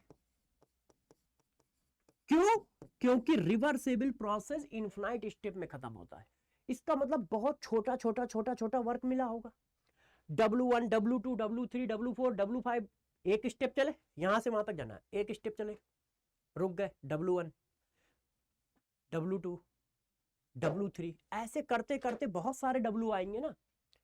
तो जब बहुत सारे W आएंगे तो उनको जोड़ना पड़ेगा, और जोड़ने का मैथमेटिकल तरीका क्या होता है? इंट्रीगेशन। जोड़ने का मैथमेटिकल तरीका क्या होता है? इंट्रीगेशन। इसीलिए यहां पर इस फार्मूले का हम क्या करेंगे? इंट्रीगेशन करेंगे। ये देखो, अब मैं इसको इंट्रीगेट करता हूं, तो मैंने यहां पे इंट्रीगेशन कर दिया और यहां पर भी इंट्रीगेशन कर दिया। ये देखो, अब यार W को आप चाहो तो DW लिख लो, ठीक है। अब यहां पर जरा गौर से देखो, इसको प्रेशर ऑफ गैस भी लिख सकते हो। क्यों? क्योंकि एक्सटर्नल प्रेशर और प्रेशर ऑफ गैस बराबर है, और प्रेशर ऑफ गैस को आप ये लिख सकते हो, अभी आपने लिखा है। अब लगा दो लिमिट। लिमिट एक्सपेंशन कहां से हो रहा है? यहां से यहां तक हो रहा है। वर्क कहां से कहां तक हो रहा है? यहां से यहां तक हो रहा है। W अपने में चेंज है, ये मैं पीछे पढ़ा चुका हूं। तो अब जब इसको इंटीग्रेट करोगे, माइनस साइन लगाना भूल गया, तो आप चाहो तो इसको W लिख लो, या इसको डेल्टा W लिख लो, या इसको DW लिखो, बात एक ही है। ये आएगा -nRT/ln V final minus V initial. तो हमारा वर्क डन का फार्मूला ये आया, W equal to nRT/ln V final upon V initial आया। किसका? वर्क का फार्मूला, रिवर्सेबल प्रोसेस से। किससे आया? रिवर्सेबल प्रोसेस से। अब यहां एक एक करके समझो। W प्रोपोर्शनल है T के, W प्रोपोर्शनल है N के, W प्रोपोर्शनल है ln V final minus V initial के। यहां ये कब होगा? जब ये चीजें कांस्टेंट हो। ये वाला कब होगा? जब ये चीजें कांस्टेंट हो किसी फार्मूले में। ये वाला कब होगा? जब मोल और ln ये चीजें कांस्टेंट हो। यदि वो कहता है कि यार मैंने एक्सपेंशन किया है, इनिशियल और फाइनल सेम है, वही एक्सपेंशन 20 डिग्री सेंटीग्रेड पे किया, वही एक्सपेंशन 25 डिग्री सेंटीग्रेड पे किया, तो वर्क किसमें ज्यादा मिलेगा? वही एक्सपेंशन 2 मोल गैस का किया, वही एक्सपेंशन 3 मोल गैस का किया, तो वर्क किसमें ज्यादा मिलेगा? अब ये वेरिएबल है।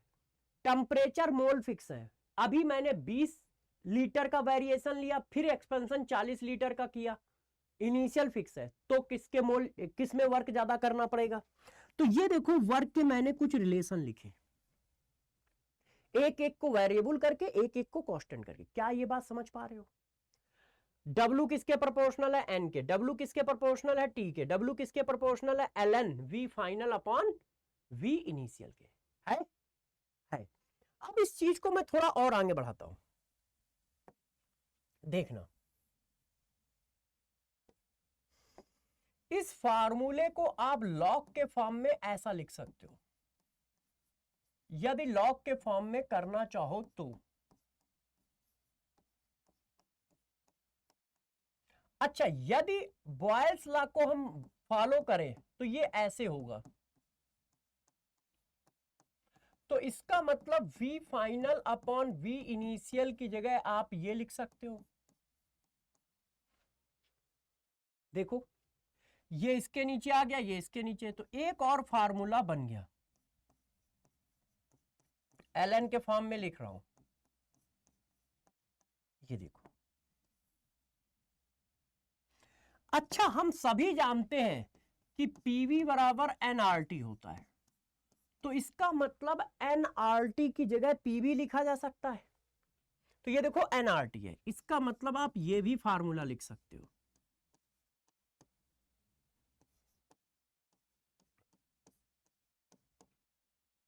इसकी जगह आप ये भी लिख सकते हो। क्यों? क्योंकि ये दोनों आपस में बराबर है।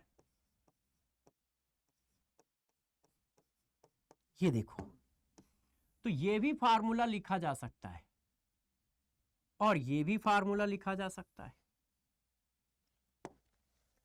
कैसे? PB बराबर nRT होता है, तो nRT की जगह PB डाल सकते हो, और P1 V1 की वैल्यू P2 V2 के बराबर होती है, तो P इनिशियल V इनिशियल लिखो या P फाइनल V फाइनल लिखो। तो इसका मतलब रिवर्सेबल प्रोसेस के वर्क को आप इस तरह से भी मेजर कर सकते हो, इस तरह से भी कर सकते हो, इस तरह से भी कर सकते हो, और जो मैंने पीछे कराया इससे भी कर सकते हो। अब आपको बस ये देखना होगा कि क्वेश्चन में क्या दिया है, उसके हिसाब से आप फार्मूले लगाओगे, उसके हिसाब से आप फार्मूले लगाओगे। क्लियर है? क्लियर है? क्लियर है? क्लियर है? बात बताओ, क्लियर है ना? यस, ये बात क्लियर है सबको। अब किसी ने आपसे पूछा कि मेरे दोस्त ये बताओ कौन सा वर्क बड़ा है, तुमने एक्सपेंशन तो सेम किया है। देखो यहां से यहां तक इसमें भी गए, यहां से यहां तक इसमें भी गए, एक्सपेंशन तो सेम है, तो वर्क डन किसमें ज्यादा मिला या बराबर मिला?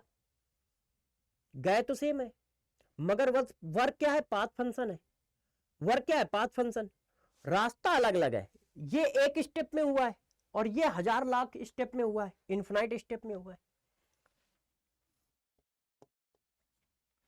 ये इन्फिनाइट स्टेप में हुआ है, तो रास्ता अलग अलग है। और वर्क क्या है? स्टेट फंक्शन है, वर्क क्या है? पाथ फंक्शन है। तो जब वर्क पाथ फंक्शन है तो इसका मतलब इन दोनों की वैल्यू सेम नहीं होगी, इन दोनों की वैल्यू सेम नहीं होगी। जो इस मेथड से वर्क निकला है और उस मेथड से वर्क निकला है, तो दोनों की वैल्यू सेम नहीं आएगी। तो अब आप क्या कर रहे हो? अब आप कर रहे हो ग्राफिकल रिप्रेजेंटेशन। दोनों का क्या कर रहे हो? Graphical representation. अब देखो ग्राफिकल रिप्रेजेंटेशन कैसे आएगा, ध्यान दो।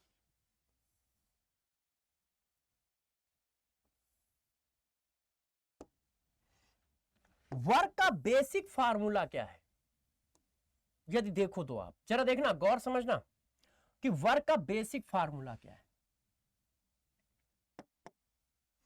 वर्क का बेसिक फार्मूला क्या है? आपने इधर लिखा है प्रेशर और इधर लिखा है वॉल्यूम। आपने इधर लिखा है प्रेशर, इधर लिखा है वॉल्यूम।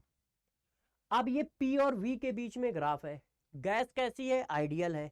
तो P और V का ग्राफ कैसा बनता है? Rectangular hyperbola. ये देखो, तो ये है इनिशियल और ये है फाइनल। कोऑर्डिनेट लिख रहा हूं।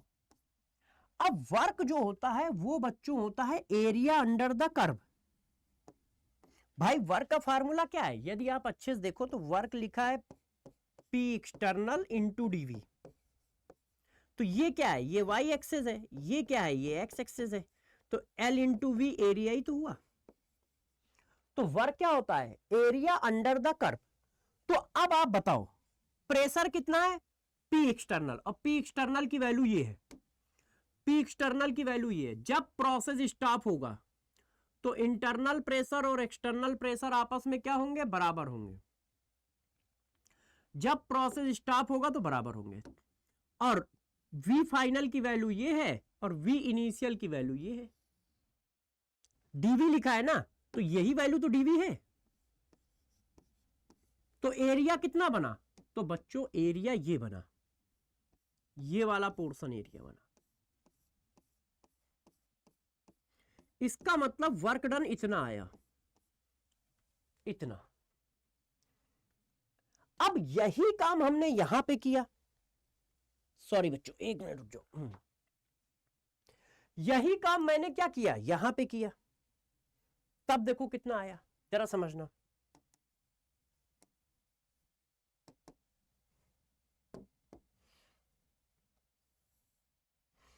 P फाइनल, V फाइनल, ऐसे। अब आप क्या कर रहे हो, अब आप इक्विलिब्रियम में हो, मतलब आप ऐसा करते हुए आए हो, हर जगह रुके हो, ऐसा इक्विलिब्रियम बनाते हुए यहां तक आए हो।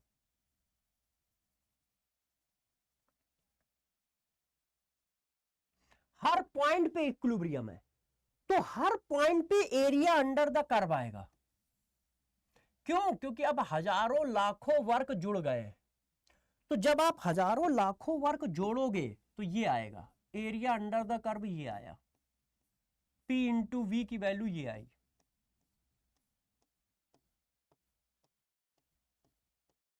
ऐसे। अब आप चेक करो तो आपको एक्स्ट्रा वर्क कितना मिला। यदि हम उस वाले से कंपेयर करें बच्चों, इस वाले से, तो देखो आपको इतना वर्क एक्स्ट्रा मिला है, इतना वर्क एक्स्ट्रा मिला है। ये देखो इतना वर्क हमें क्या मिला, एक्स्ट्रा, क्योंकि हर पॉइंट पे इक्विलिब्रियम है, तो हर पॉइंट पे एरिया अंडर द कर्व आएगा। तो हर पॉइंट पे एरिया अंडर द कर्व आएगा तो वो पूरा शेडेड हो जाएगा। और जब पूरा शेडेड हो जाएगा तो यहां पर देखो, यहां पर देखो, तो ये हमारा जो है एक्स्ट्रा वर्क है। इसका मतलब गौर समझो, इरिवर्सिबल वर्क जो होता है वो कम होता है, रिवर्सेबल वर्क ज्यादा होता है। मगर ये किसके लिए होता है, आइसोथर्मल एक्सपेंशन प्रोसेस के लिए।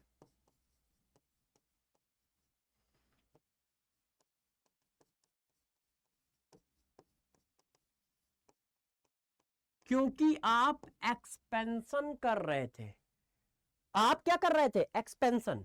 तो आइसोथर्मल एक्सपेंशन में इरिवर्सेबल वर्क जो होता है वो कम होता है और रिवर्सेबल वर्क ज्यादा होता है।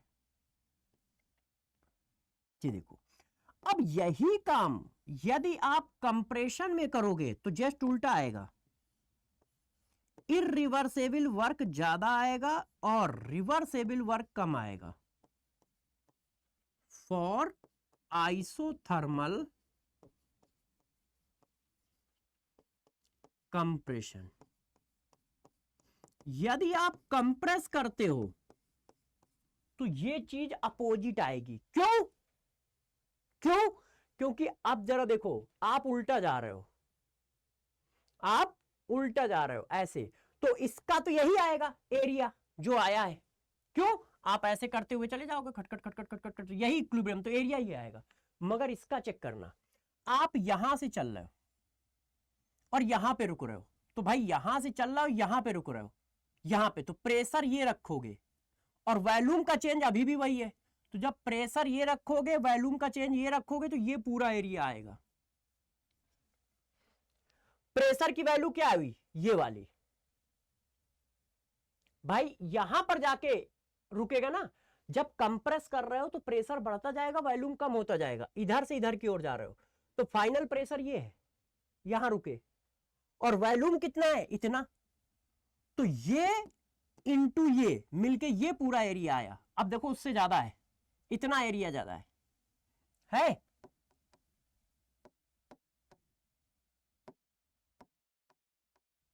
इतना एरिया ज्यादा है। तो कितना एरिया ज्यादा आएगा? ये वाला एरिया ज्यादा आएगा, ये वाला। इसीलिए ध्यान रखना। ये बात समझ पाए हो कि नहीं? ये बात समझ पाए हो? नहीं तो मैं एक्सप्लेन कर दूं, थोड़ा सा अच्छे समझो भाई। फार्मूला क्या लिखा है? External pressure into D V. अब एक्सटर्नल प्रेशर किसके बराबर होता है? फाइनल प्रेशर के बराबर होता है। अब आप क्या कर रहे हो? एक्सपेंशन कर रहे हो, तो उल्टा चलोगे ना, ऐसे एक्सपेंशन में। तो फाइनल ये हुआ। तो पी की वैल्यू कितनी है? इतनी। डीवी की वैल्यू कितनी है? इतनी। तो एरिया ये पूरा आया ना, रेक्टेंगल। अब ये वाला एरिया ज्यादा आया, जो उसमें अभी भी नहीं आया है, जो उसमें अभी भी नहीं आया है। इसलिए ध्यान रखना कि यदि इरिवर्सेबल है तो कंप्रेशन हो रहा है तो इरिवर्सिबल ज्यादा होगा, एक्सपेंशन हो रहा है तो रिवर्सेबल ज्यादा होगा आइसोथर्मल के केस में। क्लियर है? क्लियर है? बच्चे कह रहे होंगे सर कुछ क्वेश्चन करा दो, कुछ क्वेश्चन करा दो, है कि नहीं? यही तो चाह रहे होगे। देखो सबसे पहले तो मैं आपको ग्राफ का क्वेश्चन कराता हूं, बहुत अच्छा, बहुत अच्छा और बहुत शानदार क्वेश्चन। देखिए कहा गया है consider the reversible isothermal expansion. Reversible isothermal expansion है, इसका मतलब वो इसकी बात कर रहा है। Ideal gas in a close system at two different temperature. एक बार T1 टेम्परेचर, एक बार T2 टेम्परेचर। T1 से T2 बड़ा है। The correct graphical production of the dependence of work on the final value. अब देखो दो अलग अलग टेम्परेचर पे एक्सपेंशन किया गया है, सेम एक्सपेंशन किया गया है। तो आपको पता है कि यार यदि दो अलग अलग पे किया गया है तो जिसका टेम्परेचर ज्यादा उसका वर्क ज्यादा। ये देखो जिसका टेम्परेचर ज्यादा उसका वर्क ज्यादा। अब आप देख लो कि टेम्परेचर किसका ज्यादा है? T2 का ज्यादा है, तो T2 का वर्क ज्यादा आएगा, T2 का वर्क ज्यादा आएगा। अब T2 का वर्क किसमें ज्यादा दिया है? इसमें देखो यहां पे पहले कम दिया है तो ये गलत, इसमें भी पहले कम दिया है, ये गलत। अब या तो ये होगा या तो ये होगा। ये ओरिजिन से नहीं पास हो रहा है इसलिए ये गलत, ये ओरिजिन से पास हो रहा है इसलिए ये सही है, ये सही है? चलो अब आप कह रहे होगे सर एक क्वेश्चन और। अब इस क्वेश्चन को देख के डरिएगा नहीं। क्यों? क्योंकि आईआईटी मेंस का क्वेश्चन है, तो आपको लग रहा होगा अरे बड़ा टफ है, नीट में कैसे? अरे ये नीट का ही क्वेश्चन है। आप ये समझो कि नीट में ऐसा क्वेश्चन आ सकता है, इसीलिए मैं लाया हूं। देखो when 5 mole N equal to कितना है? 5 mole helium gas expand isothermally reversibly at इतने temperature from V initial V final expand हो रहा है। The magnitude of maximum work obtained, work की वैल्यू पूछ रहा है, डायरेक्ट फार्मूला है। मैग्नीट्यूड पूछ रहा है, इसका मतलब मॉड में वैल्यू पूछ रहा है।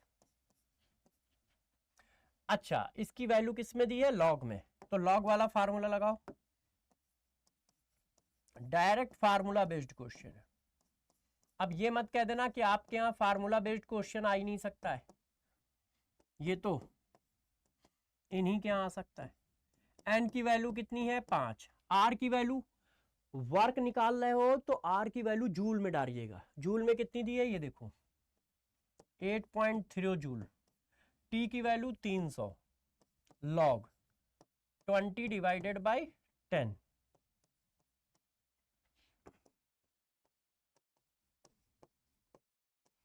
5 8.3 300 और log 2 की वैल्यू 0.3010। अब बच्चों इसको कैलकुलेट कर लो, हथियार किधर है?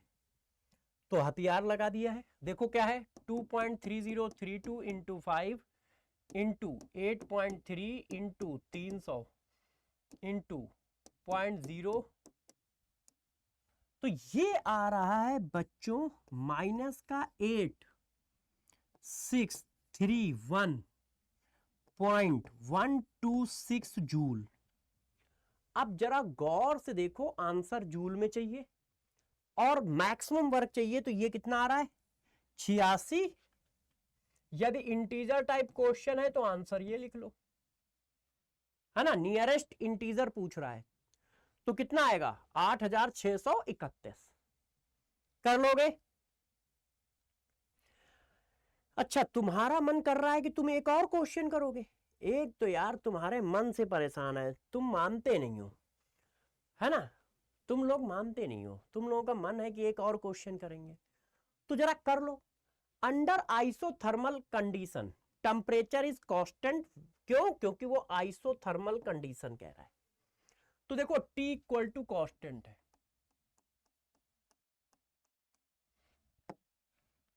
T इक्वल टू क्या है कांस्टेंट। एक गैस टेम्परेचर आपको दिया है, volume V initial V final expand हो रहा है against a constant external pressure, P external दिया है और साथ साथ में ये कांस्टेंट है। The work done by the gas. अब बच्चों ने कहा सर ये क्वेश्चन तुम कर चुके। मैंने कहा तुम फंस गए बेटा। क्या कहीं दिया है इरिवर्सिबल है, क्या कहीं दिया है रिवर्सेबल है? तुम कैसे निकालोगे कि ये इरिवर्सिबल है या रिवर्सेबल? क्यों? क्योंकि दोनों का फार्मूला अलग अलग है, दोनों की वैल्यू अलग अलग है। तो क्योंकि तुमने खुद अभी चिल्ला चिल्ला के बताया है कि रिवर्सिबल वर्क ज्यादा होता है इरिवर्सिबल से एक्सपेंशन में, तो दोनों की वैल्यू तो सेम आएगी नहीं। तो तुम कैसे पहचानोगे कौन सा फार्मूला लगाएं, रिवर्सिबल वाला या इरिवर्सिबल वाला? क्योंकि इसमें कहीं नहीं कहा गया है कि ये इरिवर्सिबल मेथड से एक्सपेंशन किया गया है या रिवर्सिबल मेथड से एक्सपेंशन किया गया है। पिछले वाले क्वेश्चन में मुन्ना इसने हम लोगों को बता दिया था, ये देखो, ये देखो, तो हमने खट से ये फार्मूला चिपका दिया। इस क्वेश्चन में ये मेरे साथ खेल रहा है, इसने नहीं बताया है, तो कैसे करोगे? तो मैंने तुम्हें चिल्ला चिल्ला के बताया है कि बेटा जब कहीं पर भी कांस्टेंट एक्सटर्नल प्रेशर हो तो वो इरिवर्सिबल मेथड है। इरिवर्सिबल मेथड में एक्सटर्नल प्रेशर कांस्टेंट होता है।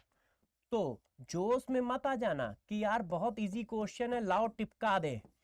आपके लिए बहुत टफ है, यदि तुम ये बात ना पकड़ पाए तो क्वेश्चन करने में तुम्हें दिक्कत आएगी। अब क्या है, अब तो बस वैल्यू डालनी है। तो जब तुमने वैल्यू डाली तो ये आ गया,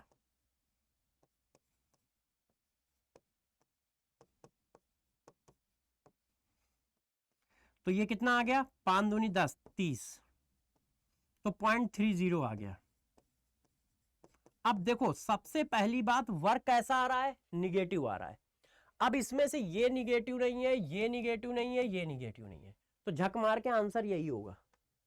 इस क्वेश्चन के ऑप्शन जो है बहुत रद्दी बनाए गए हैं। भाई वर्क की वैल्यू निगेटिव आ रही है और निगेटिव एक ही आंसर है, तो वही होगा ही होगा। नहीं तो अब क्या है, अब इसको जूल में बनाओ। तो जूल में बनाने के लिए क्या करोगे, 100 का मल्टीप्लाई, तो ये देखो 30 जूल आ गया। ठीक है, मगर इसने क्वेश्चन के ऑप्शन थोड़े से इजी बनाए हैं। क्यों? वर्क आ रहा है निगेटिव और निगेटिव एक ही आंसर है, तो वही होगा ही। इसमें तो कोई सॉल्व ना करे तब भी हो जाएगा उसका, बस थोड़ा सा प्रेजेंस ऑफ माइंड हो तो। और वो तो आप में कूट कूट के भरा हुआ है। क्लियर है? क्लियर है? क्वेश्चन कैसे करोगे समझ रहे हो? समझ रहे हो ना? तो बच्चों ने कहा यस। अब जरा आगे बढ़ते हैं। अब बात करते हैं यदि वर्क कहीं ऐसा हो, work done in different process में work done in adiabatic process. अब देखो एडियाबैटिक प्रोसेस का वर्क, किसी भी प्रोसेस को करने के दो तरीके, इरिवर्सिबल एडियाबैटिक, रिवर्सेबल एडियाबैटिक। तो जरा इसके लिए खास बात समझो। पहले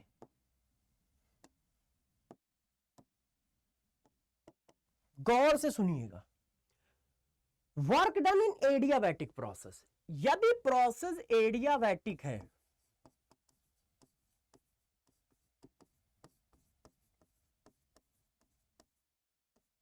तो Q इक्वल टू 0, और Q इक्वल टू 0 है तो फर्स्ट लॉ ऑफ थर्मोडायनेमिक्स ये कहता है, इसकी वैल्यू तुमने 0 डाल दी तो ये आ गया du इक्वल टू W। और du इक्वल टू W आने का मतलब है कि एडियाबैटिक प्रोसेस का वर्क स्टेट फंक्शन है। इसका मतलब क्या हुआ? It means work of adiabatic process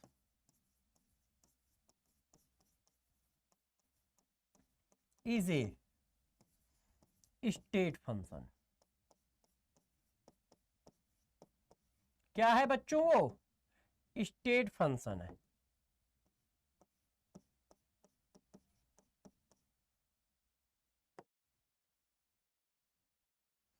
और यदि वो स्टेट फंक्शन है, इसका मतलब कि इर्रिवर्सिबल वर्क और रिवर्सेबल वर्क बराबर होंगे। क्यों? आप पाथ पर अब डिपेंड नहीं करेगा, और जब पाथ पे डिपेंड नहीं करेगा तो क्या होगा भाई? पाथ पे डिपेंड नहीं करेगा, और जब पाथ पे डिपेंड नहीं करेगा तो आप एक्सपेंशन तो उतना ही कर रहे हो ना। तो अब क्या होगा? इर्रिवर्सिबल वर्क रिवर्सेबल वर्क बराबर होगा, क्योंकि स्टेट फंक्शन है। और किसके बराबर होगा? इंटरनल एनर्जी चेंज के। किसके बराबर होगा? इंटरनल एनर्जी चेंज के। ये बात समझ पाए? एडियाबैटिक प्रोसेस है तो Q equal to zero. Q equal to zero होगा तो du की वैल्यू W के बराबर होगी। अब du की वैल्यू W के बराबर है तो du स्टेट फंक्शन है तो W भी स्टेट फंक्शन हो गया। तो इसका मतलब वर्क पाथ फंक्शन होता है, मगर एडियाबैटिक प्रोसेस का वर्क स्टेट फंक्शन होता है। वर्क पाथ फंक्शन है, मगर एडियाबैटिक प्रोसेस का वर्क स्टेट फंक्शन होता है। और जब एडियाबैटिक प्रोसेस का वर्क स्टेट फंक्शन है तो रिवर्सेबल या इरिवर्सिबल किसी भी मेथड से काम करो, वैल्यू सेम आएगी। क्यों? क्योंकि पाथ पे डिपेंड नहीं कर रही है। आप एक स्टेप में करो या 100 स्टेप में करो, कोई फर्क नहीं पड़ता। इनिशियल और फाइनल फिक्स है। ये देखो अब आएगा क्या, तो देखो इसके निकालने के दो तरीके हैं। एक वर्क का हमारा सबसे जर्नल फार्मूला, वर्क का जर्नल फार्मूला क्या है? वो ये है। तो एक फार्मूला तो हमारा ये है जिससे आप वर्क निकालोगे, ठीक है, और एक फार्मूला ये है जिससे वर्क निकालोगे।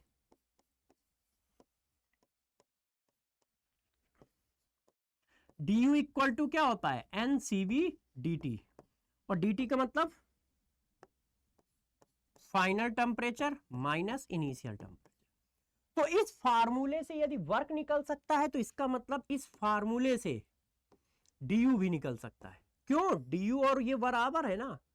तो आपके पास दो फार्मूले हैं, इरिवर्सिबल एडियाबैटिक प्रोसेस या रिवर्सिबल एडियाबैटिक प्रोसेस के वर्क निकालने के। एक फार्मूला ये है, एक फार्मूला ये है। तो यदि एडियाबैटिक प्रोसेस है तो वर्क डन की वैल्यू इंटरनल एनर्जी चेंज के बराबर होगी। ये देखो इस तरह से। क्लियर है? सब लोग बताएं क्लियर है या नहीं? इतनी बात क्लियर है? वर्क डन की वैल्यू क्या होगी? चलो अब यहां पर एक खास बात है जो आप सभी बच्चों को ध्यान देनी चाहिए। वो क्या है? देखो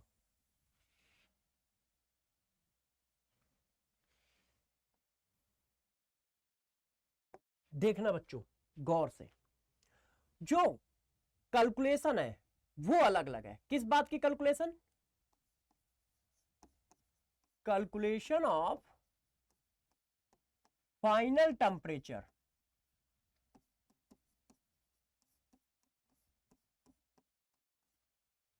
इन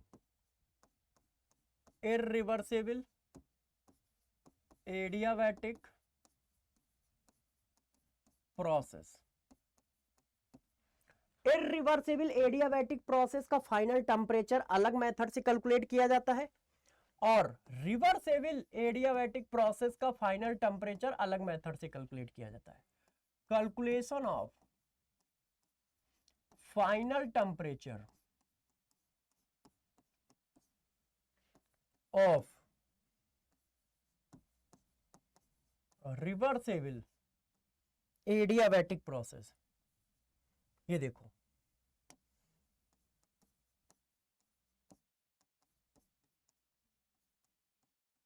फाइनल टेम्परेचर कैलकुलेट करने के अलग अलग तरीके हैं। इसका तरीका ये है, देखो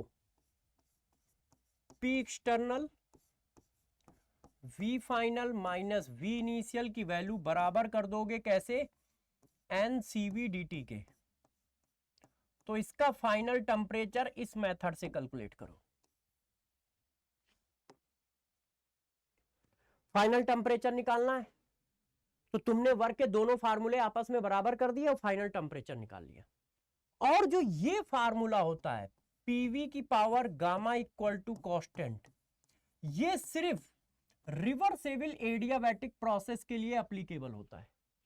ये पीवी की power gamma equal to constant reversible adiabatic process के लिए एप्लीकेबल होता है। तो आप इस मेथड से निकालोगे, P1 V1 की पावर गामा, P2 V2 की पावर गामा। तो बच्चे कहेंगे कि यार यहां तो टेम्परेचर का टर्म ही नहीं आया। तो मैं ये बता रहा हूं कि इस वाले फार्मूले को यूज करना है। अब टेम्परेचर का टर्म लाना है, तो टेम्परेचर का टर्म लाना है तो इसकी जगह डाल दो। आप जानते हो ना पीवी जगह क्या होता है, ये देखो। तो जब इसकी जगह डाल दोगे तो एन और आर कांस्टेंट है, तो ये देखो ऐसे आ गया। इसको मैं पहले सेट कर देता हूं, जैसे आप समझ जाओ कि करना कैसे है। अब ये देखो आ गया, v क्या हुआ, v की पावर -1 और ये ऐड हो जाएगा तो t v की पावर गामा -1। तो अब क्या हुआ फार्मूला, T1 V1 की पावर गामा -1, T2 V2 की पावर गामा -1। आप ये फार्मूले लगाओगे। मान लो प्रेशर नहीं दिया है तो ये लगाओगे, मान लो वॉल्यूम ना दिया हो तो v की जगह डाल दो वैल्यू। अब जब v की जगह वैल्यू डालोगे तो ये डालोगे nRT बाई P, तो यहां डाल दो nRT बाई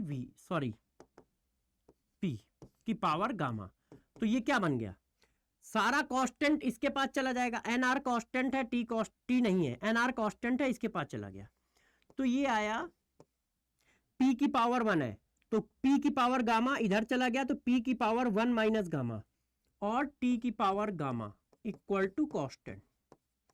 अब इसको कर लो, p1 1 minus gamma t1 gamma equal to p2 1 minus gamma T2 gamma. तो अब गौर से इस बात को समझना, ये तो मैंने फार्मूले प्रूव किए, आपको डायरेक्ट यूज करना है। यदि इरिवर्सिबल प्रोसेस है, फाइनल टेम्परेचर लगाना है तो ये फार्मूला यूज करोगे, और रिवर्सेबल एडियाबैटिक प्रोसेस है, फाइनल टेम्परेचर निकालना है तो ये फार्मूला यूज करोगे। और इस पर जब भी क्वेश्चन आएगा तो तुम गलत करोगे तो तुम्हें पता भी नहीं चलेगा, तुमको लगेगा तुमने सही कर दिया। देखो मैं एक क्वेश्चन कराता हूं, ये क्वेश्चन अभी तक आईआईटी में आया है, मेडिकल में ऐसा क्वेश्चन आया नहीं है, मगर मुझे लगता है कि फ्यूचर में आ सकता है। क्यों, क्योंकि बिल्कुल इजी क्वेश्चन है, मगर ये बात जिसको नहीं पता है वो निकाल ही नहीं पाएगा। देखो मैं पढ़ के सुनाता हूं, 1 मोल n इक्वल टू 1। आप मोनो एटॉमिक है तो degree of freedom 3/2। Ideal gas expand adiabatically Q equal to 0 at initial temperature T against a constant external pressure. इससे क्या पता चला, इरिवर्सिबल प्रोसेस है। 1 atmosphere and 1 litre to 2 litre. Find out the final temperature. आपसे final temperature पूछ रहा है और प्रोसेस क्या है, एडियाबैटिक। एडियाबैटिक प्रोसेस का फाइनल टेम्परेचर निकालने का अलग अलग तरीका है।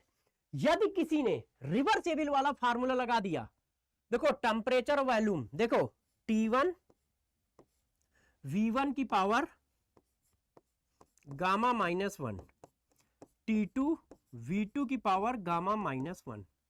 टेम्परेचर T1, V की वैल्यू कितनी है 1, T2 निकालना है, V की वैल्यू कितनी है 2। तो फाइनल टेम्परेचर आ गया T/2 की पावर गामा। गामा की वैल्यू कितनी है 3/2 - 1। डिग्री ऑफ फ्रीडम कितना है 3, और डिग्री सॉरी ये देखो गलत लिख दिया, डिग्री ऑफ फ्रीडम कितना है 3, तो गामा की वैल्यू क्या होगी 3/2 यार। f+2 डिवाइडेड बाई f होता है, sorry f+2 divided by f होता है, मतलब 5/2। गामा की वैल्यू कितनी है 5/3 -1। क्यों? क्योंकि गामा इक्वल टू होता है f+2 डिवाइडेड बाई f।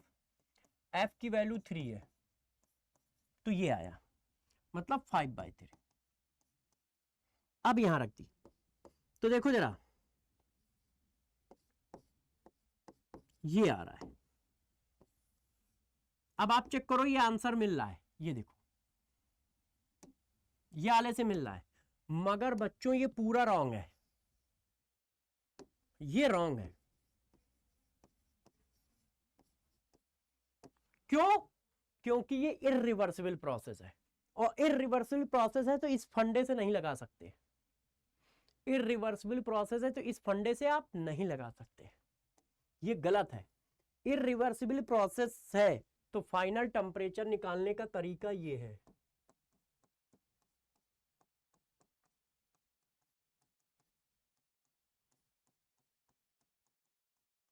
आप इससे निकालो। कैसे? पी एक्सटर्नल की वैल्यू 1, फाइनल माइनस इनिशियल, मोल कितने हैं 1, सीवी की वैल्यू 3/2, एफ r/2 होती है ना, 3/2 r, टी फाइनल निकालना है और टी इनिशियल टी। अब कट्टम काट खेल लो, तो ये इधर आ गया, तो ये आ गया 2/3r माइनस का, ये आ गया टी फाइनल माइनस टी, तो T final equal to T minus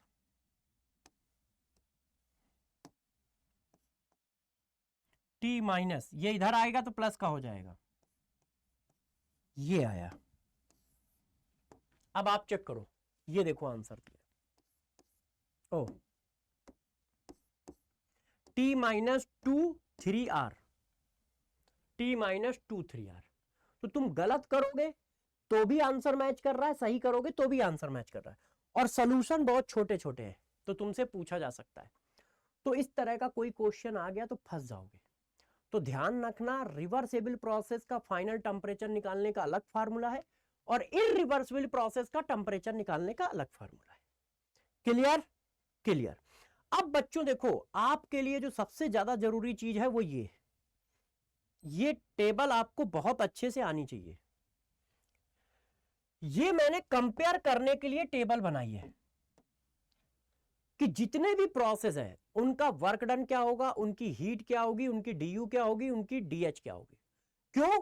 क्योंकि जब भी आपसे पूछा जाएगा तो 4 चीजें पूछी जाती हैं, वर्क, हीट, डी डीएच। अब एक एक करके मैंने सब लिख रखा है, आप जरा समझिएगा, और ये मैं पढ़ा चुका हूं, वही चीज एक जगह पे लिख दी है। ये CHD है, isothermal irreversible process, T equal to constant. तो वर्क का फार्मूला क्या है, minus P external V final minus V initial, NR। यदि हम P की वैल्यू डाल दें प्रेशर के फॉर्म में, ये वॉल्यूम के फॉर्म में, ये प्रेशर के फॉर्म में, ये मैं अभी पीछे पढ़ा के आया हूं। हीट क्या होगी, जब आइसोथर्मल प्रोसेस है तो du equal to 0, dh equal to 0। क्यों? इंटरनल एनर्जी और इंथैल्पी टेम्परेचर का फंक्शन होते हैं। आइडियल गैस के केस में टेम्परेचर चेंज हो रहा है, नहीं, तो इंटरनल एनर्जी में चेंज आएगा, नहीं, इंथैल्पी में चेंज आएगा, नहीं, तो du equal to 0, dh equal to 0। तो आइसोथर्मल के केस में हीट और वर्क इक्वल होते हैं विद अपोजिट। ये देखो, ये 0 डाल दोगे तो ये देखो इक्वल एंड अपोजिट होते हैं। तो वर्क का फार्मूला ये है, इन्हीं को प्लस कर दो तो हीट का फार्मूला आ गया, इन्हीं को प्लस कर दो तो हीट का आ गया। अच्छा, आइसोथर्मल रिवर्सिबल प्रोसेस, तो रिवर्सिबल प्रोसेस के फार्मूले W equal to -NR V final upon V initial, अभी प्रूफ करके आया हूं। ये प्रेशर के फॉर्म में, ये वॉल्यूम के फॉर्म में, ये प्रेशर के फॉर्म में, ये P1 V1 के फॉर्म में। आइसोथर्मल है तो हीट और वर्क आपस में बराबर होंगे with opposite sign, du equal to 0, dh equal to 0। क्यों? आइसोथर्मल है तो इंटरनल एनर्जी चेंज और इंथैल्पी टेम्परेचर के फंक्शन होंगे। ये देखो, अब adiabatic irreversible process, adiabatic irreversible process, तो वर्क क्या होता है, स्टेट फंक्शन होता है। तो दोनों के सेम फार्मूले, दो फार्मूले होते हैं वर्क के, माइनस पी एक्सटर्नल डीवी या डीयू इक्वल टू एनसीवीडीटी, दोनों से वर्क निकल आएगा। अब एडियाबैटिक प्रोसेस है तो Q इक्वल टू 0 होगा, और डीयू का फार्मूला ऑलवेज एक ही होता है, एनसीवीडीटी, डीएच का फार्मूला भी एक ही होता है, एनसीपीडीटी। अब मान लो देखो, फाइनल टेम्परेचर कैलकुलेट यदि इरिवर्सिबल है तो इससे करोगे, है ना, इरिवर्सिबल प्रोसेस का इससे करोगे, ये मैंने यहां लिखा है, और रिवर्सिबल प्रोसेस का इससे करोगे, इरिवर्सिबल का इससे, रिवर्सिबल का इससे, ये मैंने अभी पढ़ाया आपको। अब देखो, ये देखो, इससे करोगे। आइसोकोरिक प्रोसेस, आइसोकोरिक प्रोसेस का वर्क 0 होता है, तो जब आइसोकोरिक प्रोसेस का वर्क 0 हुआ, तो वर्क 0 हुआ तो du बराबर है Q के। आइसोकोरिक प्रोसेस की हीट स्टेट फंक्शन होती है और इसकी वैल्यू du के बराबर होती है। Heat at constant volume is known as internal energy change.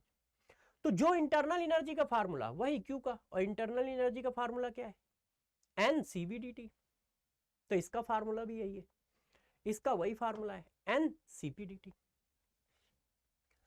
Isobaric process, isobaric process का वर्क क्या होगा, वर्क का जनरल फार्मूला होता है माइनस पी एक्सटर्नल डीवी। जब इसको सॉल्व करोगे तो ये आ जाएगा minus N R delta T, N R delta T. तो आइसोबैरिक प्रोसेस का एक फार्मूला होता है माइनस एनआर डेल्टा टी, ठीक है। आइसोबैरिक प्रोसेस है तो कुछ जीरो नहीं है, मगर कांस्टेंट प्रेशर की हीट को एंथैल्पी चेंज कहते हैं। आइसोबैरिक का मतलब हुआ क्या, प्रेशर कांस्टेंट है, और यदि प्रेशर कांस्टेंट है तो कांस्टेंट प्रेशर की हीट को एंथैल्पी चेंज कहते हैं। तो जो डेल्टा एच का फार्मूला यही क्यू का फार्मूला, एनसीपीडीटी, डीयू का वही फार्मूला, एच का वही फार्मूला। अब सबसे ज्यादा और सबसे बड़ा वर्क कौन होता है, आइसोबैरिक वर्क सबसे बड़ा होता है, फिर आइसोथर्मल, फिर एडियाबैटिक, फिर आइसोकोरिक। ये एक लाइन आप याद रखना, जनरली ये हम फिजिक्स में पढ़ते हैं, मगर केमिस्ट्री में कहीं पूछ दी जाए तो याद रखना, आइसोबैरिक का वर्क डन सबसे बड़ा, फिर आइसोथर्मल का, फिर एडियाबैटिक का, फिर आइसोकोरिक का। ये टेबल आपके लिए बहुत इंपॉर्टेंट है, सारे फार्मूले एक जगह हैं और सभी को एक जगह पे अच्छे से बता दिया गया है। अब आपको कुछ नहीं करना है बच्चों, आपको क्वेश्चन करने हैं, अच्छे से क्वेश्चन लगाइए और आंसर पाइए, ठीक है। तो चलो कुछ क्वेश्चन कर लेते हैं। इस क्वेश्चन को जरा करो सब लोग। 16 gram of oxygen expand at STP to occupy double of its original value, the work done during this process. अब जरा सबसे पहली बात देखो, यदि प्रोसेस एसटीपी पर हो रहा है तो इसका मतलब प्रेशर कांस्टेंट है, क्योंकि एसटीपी पर प्रेशर 1 बार या 1 एटमॉस्फेयर होता है। तो कांस्टेंट प्रेशर पर वर्क हो रहा है तो यार ये वाला फार्मूला लगा सकते हो, क्यों, प्रेशर भी कांस्टेंट है और टेम्परेचर भी कांस्टेंट है कि नहीं, प्रेशर भी कांस्टेंट है, टेम्परेचर भी कांस्टेंट है। प्रेशर की वैल्यू 1 एटमॉस्फेयर, वॉल्यूम की वैल्यू डबल,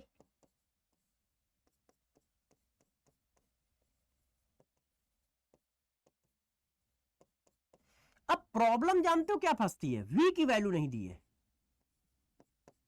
अब V कितना आएगा, अब V कैसे निकालोगे, ये क्वेश्चन बहुत खतरनाक है, चेक करो भाई। उसने कहा कि 16 ग्राम ऑक्सीजन गैस है एसटीपी पर, और जब ये एक्सपेंड होती है तो double of its volume occupy करती है, तो बताओ वर्क डन कितना होगा। तो हमें तो पता है P इंटू डीवी, प्रेशर क्या है 1 क्योंकि एसटीपी की बात की गई है, टेम्परेचर क्या है 273, वॉल्यूम डबल हुआ, पहले इनिशियल V था तो अब डबल हो गया, मगर V नहीं दिया है, तो V कैसे निकालोगे, PV इक्वल टू NRT से। मोल कितने हैं, 16 ग्राम का मतलब आधा मोल, R की वैल्यू कितनी है 0.821, T की वैल्यू कितनी है 273, और P की वैल्यू कितनी है 1 एटमॉस्फेयर। तो वो क्या कर रहा है, हम लोगों को फंसा रहा था, वॉल्यूम नहीं दिया था, तो आप वॉल्यूम की वैल्यू यहां से निकाल के रख दो, तो 1/2 0.821 273। अब इसको सॉल्व करो तो देखो 0.0821 इंटू 0.0821 इंटू 273 डिवाइडेड बाई 2। अब इसमें मल्टीप्लाई कर दो 100 का। क्यों? क्योंकि आप सभी बच्चे जानते हैं ये एटमॉस्फेयर लीटर में आएगा, आंसर किलो कैलोरी में है, तो 1.48 का मल्टीप्लाई करना पड़ेगा, 100 का नहीं, सॉरी। तो ये क्या आ गया? ये आ गया एटमॉस्फेयर लीटर में। अब एटमॉस्फेयर लीटर को जूल बनाने के लिए 100 का मल्टीप्लाई, और जूल को कैलोरी बनाने के लिए 4.182 से डिवाइड। आंसर किलो कैलोरी में है, थोड़ा बड़ा हो गया है, इसको किलो कैलोरी बनाने के लिए 1000 से फिर डिवाइड। क्लियर है? कैसे करोगे समझ पाए ये क्वेश्चन? तो ये क्वेश्चन आपको बहुत अच्छे से करना है, ठीक है? तो जरा देखो बच्चों, ये सारी बातें मैंने आपको पढ़ा दी, जाते जाते बस हम लोग इस क्वेश्चन को कर लेते हैं। लास्ट एंड फाइनल क्वेश्चन है आज की क्लास का। A system absorb 500 kilojoule heat and perform 250 kilojoule work on surrounding. अब गौर से देखिएगा, ए सिस्टम एब्जॉर्ब, इतनी हीट एब्जॉर्ब कर रहा है, तो Q की वैल्यू कैसी है? पॉजिटिव है। और इतना work done on the surrounding, हम वर्क कर रहा है, सिस्टम काम कर रहा है। जब सिस्टम काम करेगा तो W कैसा आएगा? Minus. Work done by the system है। अब इंटरनल एनर्जी चेंज पूछ रहा है, तो क्या होता है? Q plus W।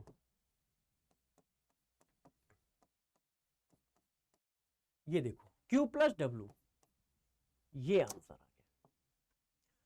तो आज इसी जगह पे लेक्चर को हम लोग खत्म करते हैं। अब लास्ट लेक्चर जो थर्मोडाइंस का बचा है, उसमें इंट्रोपी और गिब्स फ्री एनर्जी आपको पढ़ाएंगे। इंट्रोपी और गिब्स फ्री एनर्जी आपको पढ़ाएंगे। आप सभी बच्चों से बस इतना ही कहना है कि अच्छे से पूरे लेक्चर को देखिए और चीजों को बहुत अच्छे से अपने दिमाग में सेट कर लीजिए। इस लेक्चर को 1-2 बार रिवाइज भी कर लीजिएगा, वर्क वाला पोर्शन, फार्मूले और सीएचडी अच्छे से रिवाइज कर लीजिएगा, जैसे आप बहुत अच्छे से क्वेश्चन में फार्मूला पुट कर पाए और जो छोटी छोटी बातें बताई हैं उन सबको ध्यान रख पाए। ठीक है, तो फिर मिलेंगे अगले लेक्चर में। अपना ध्यान रखिएगा, पढ़ाई करते रहिएगा। All the very best. Bye bye बच्चों।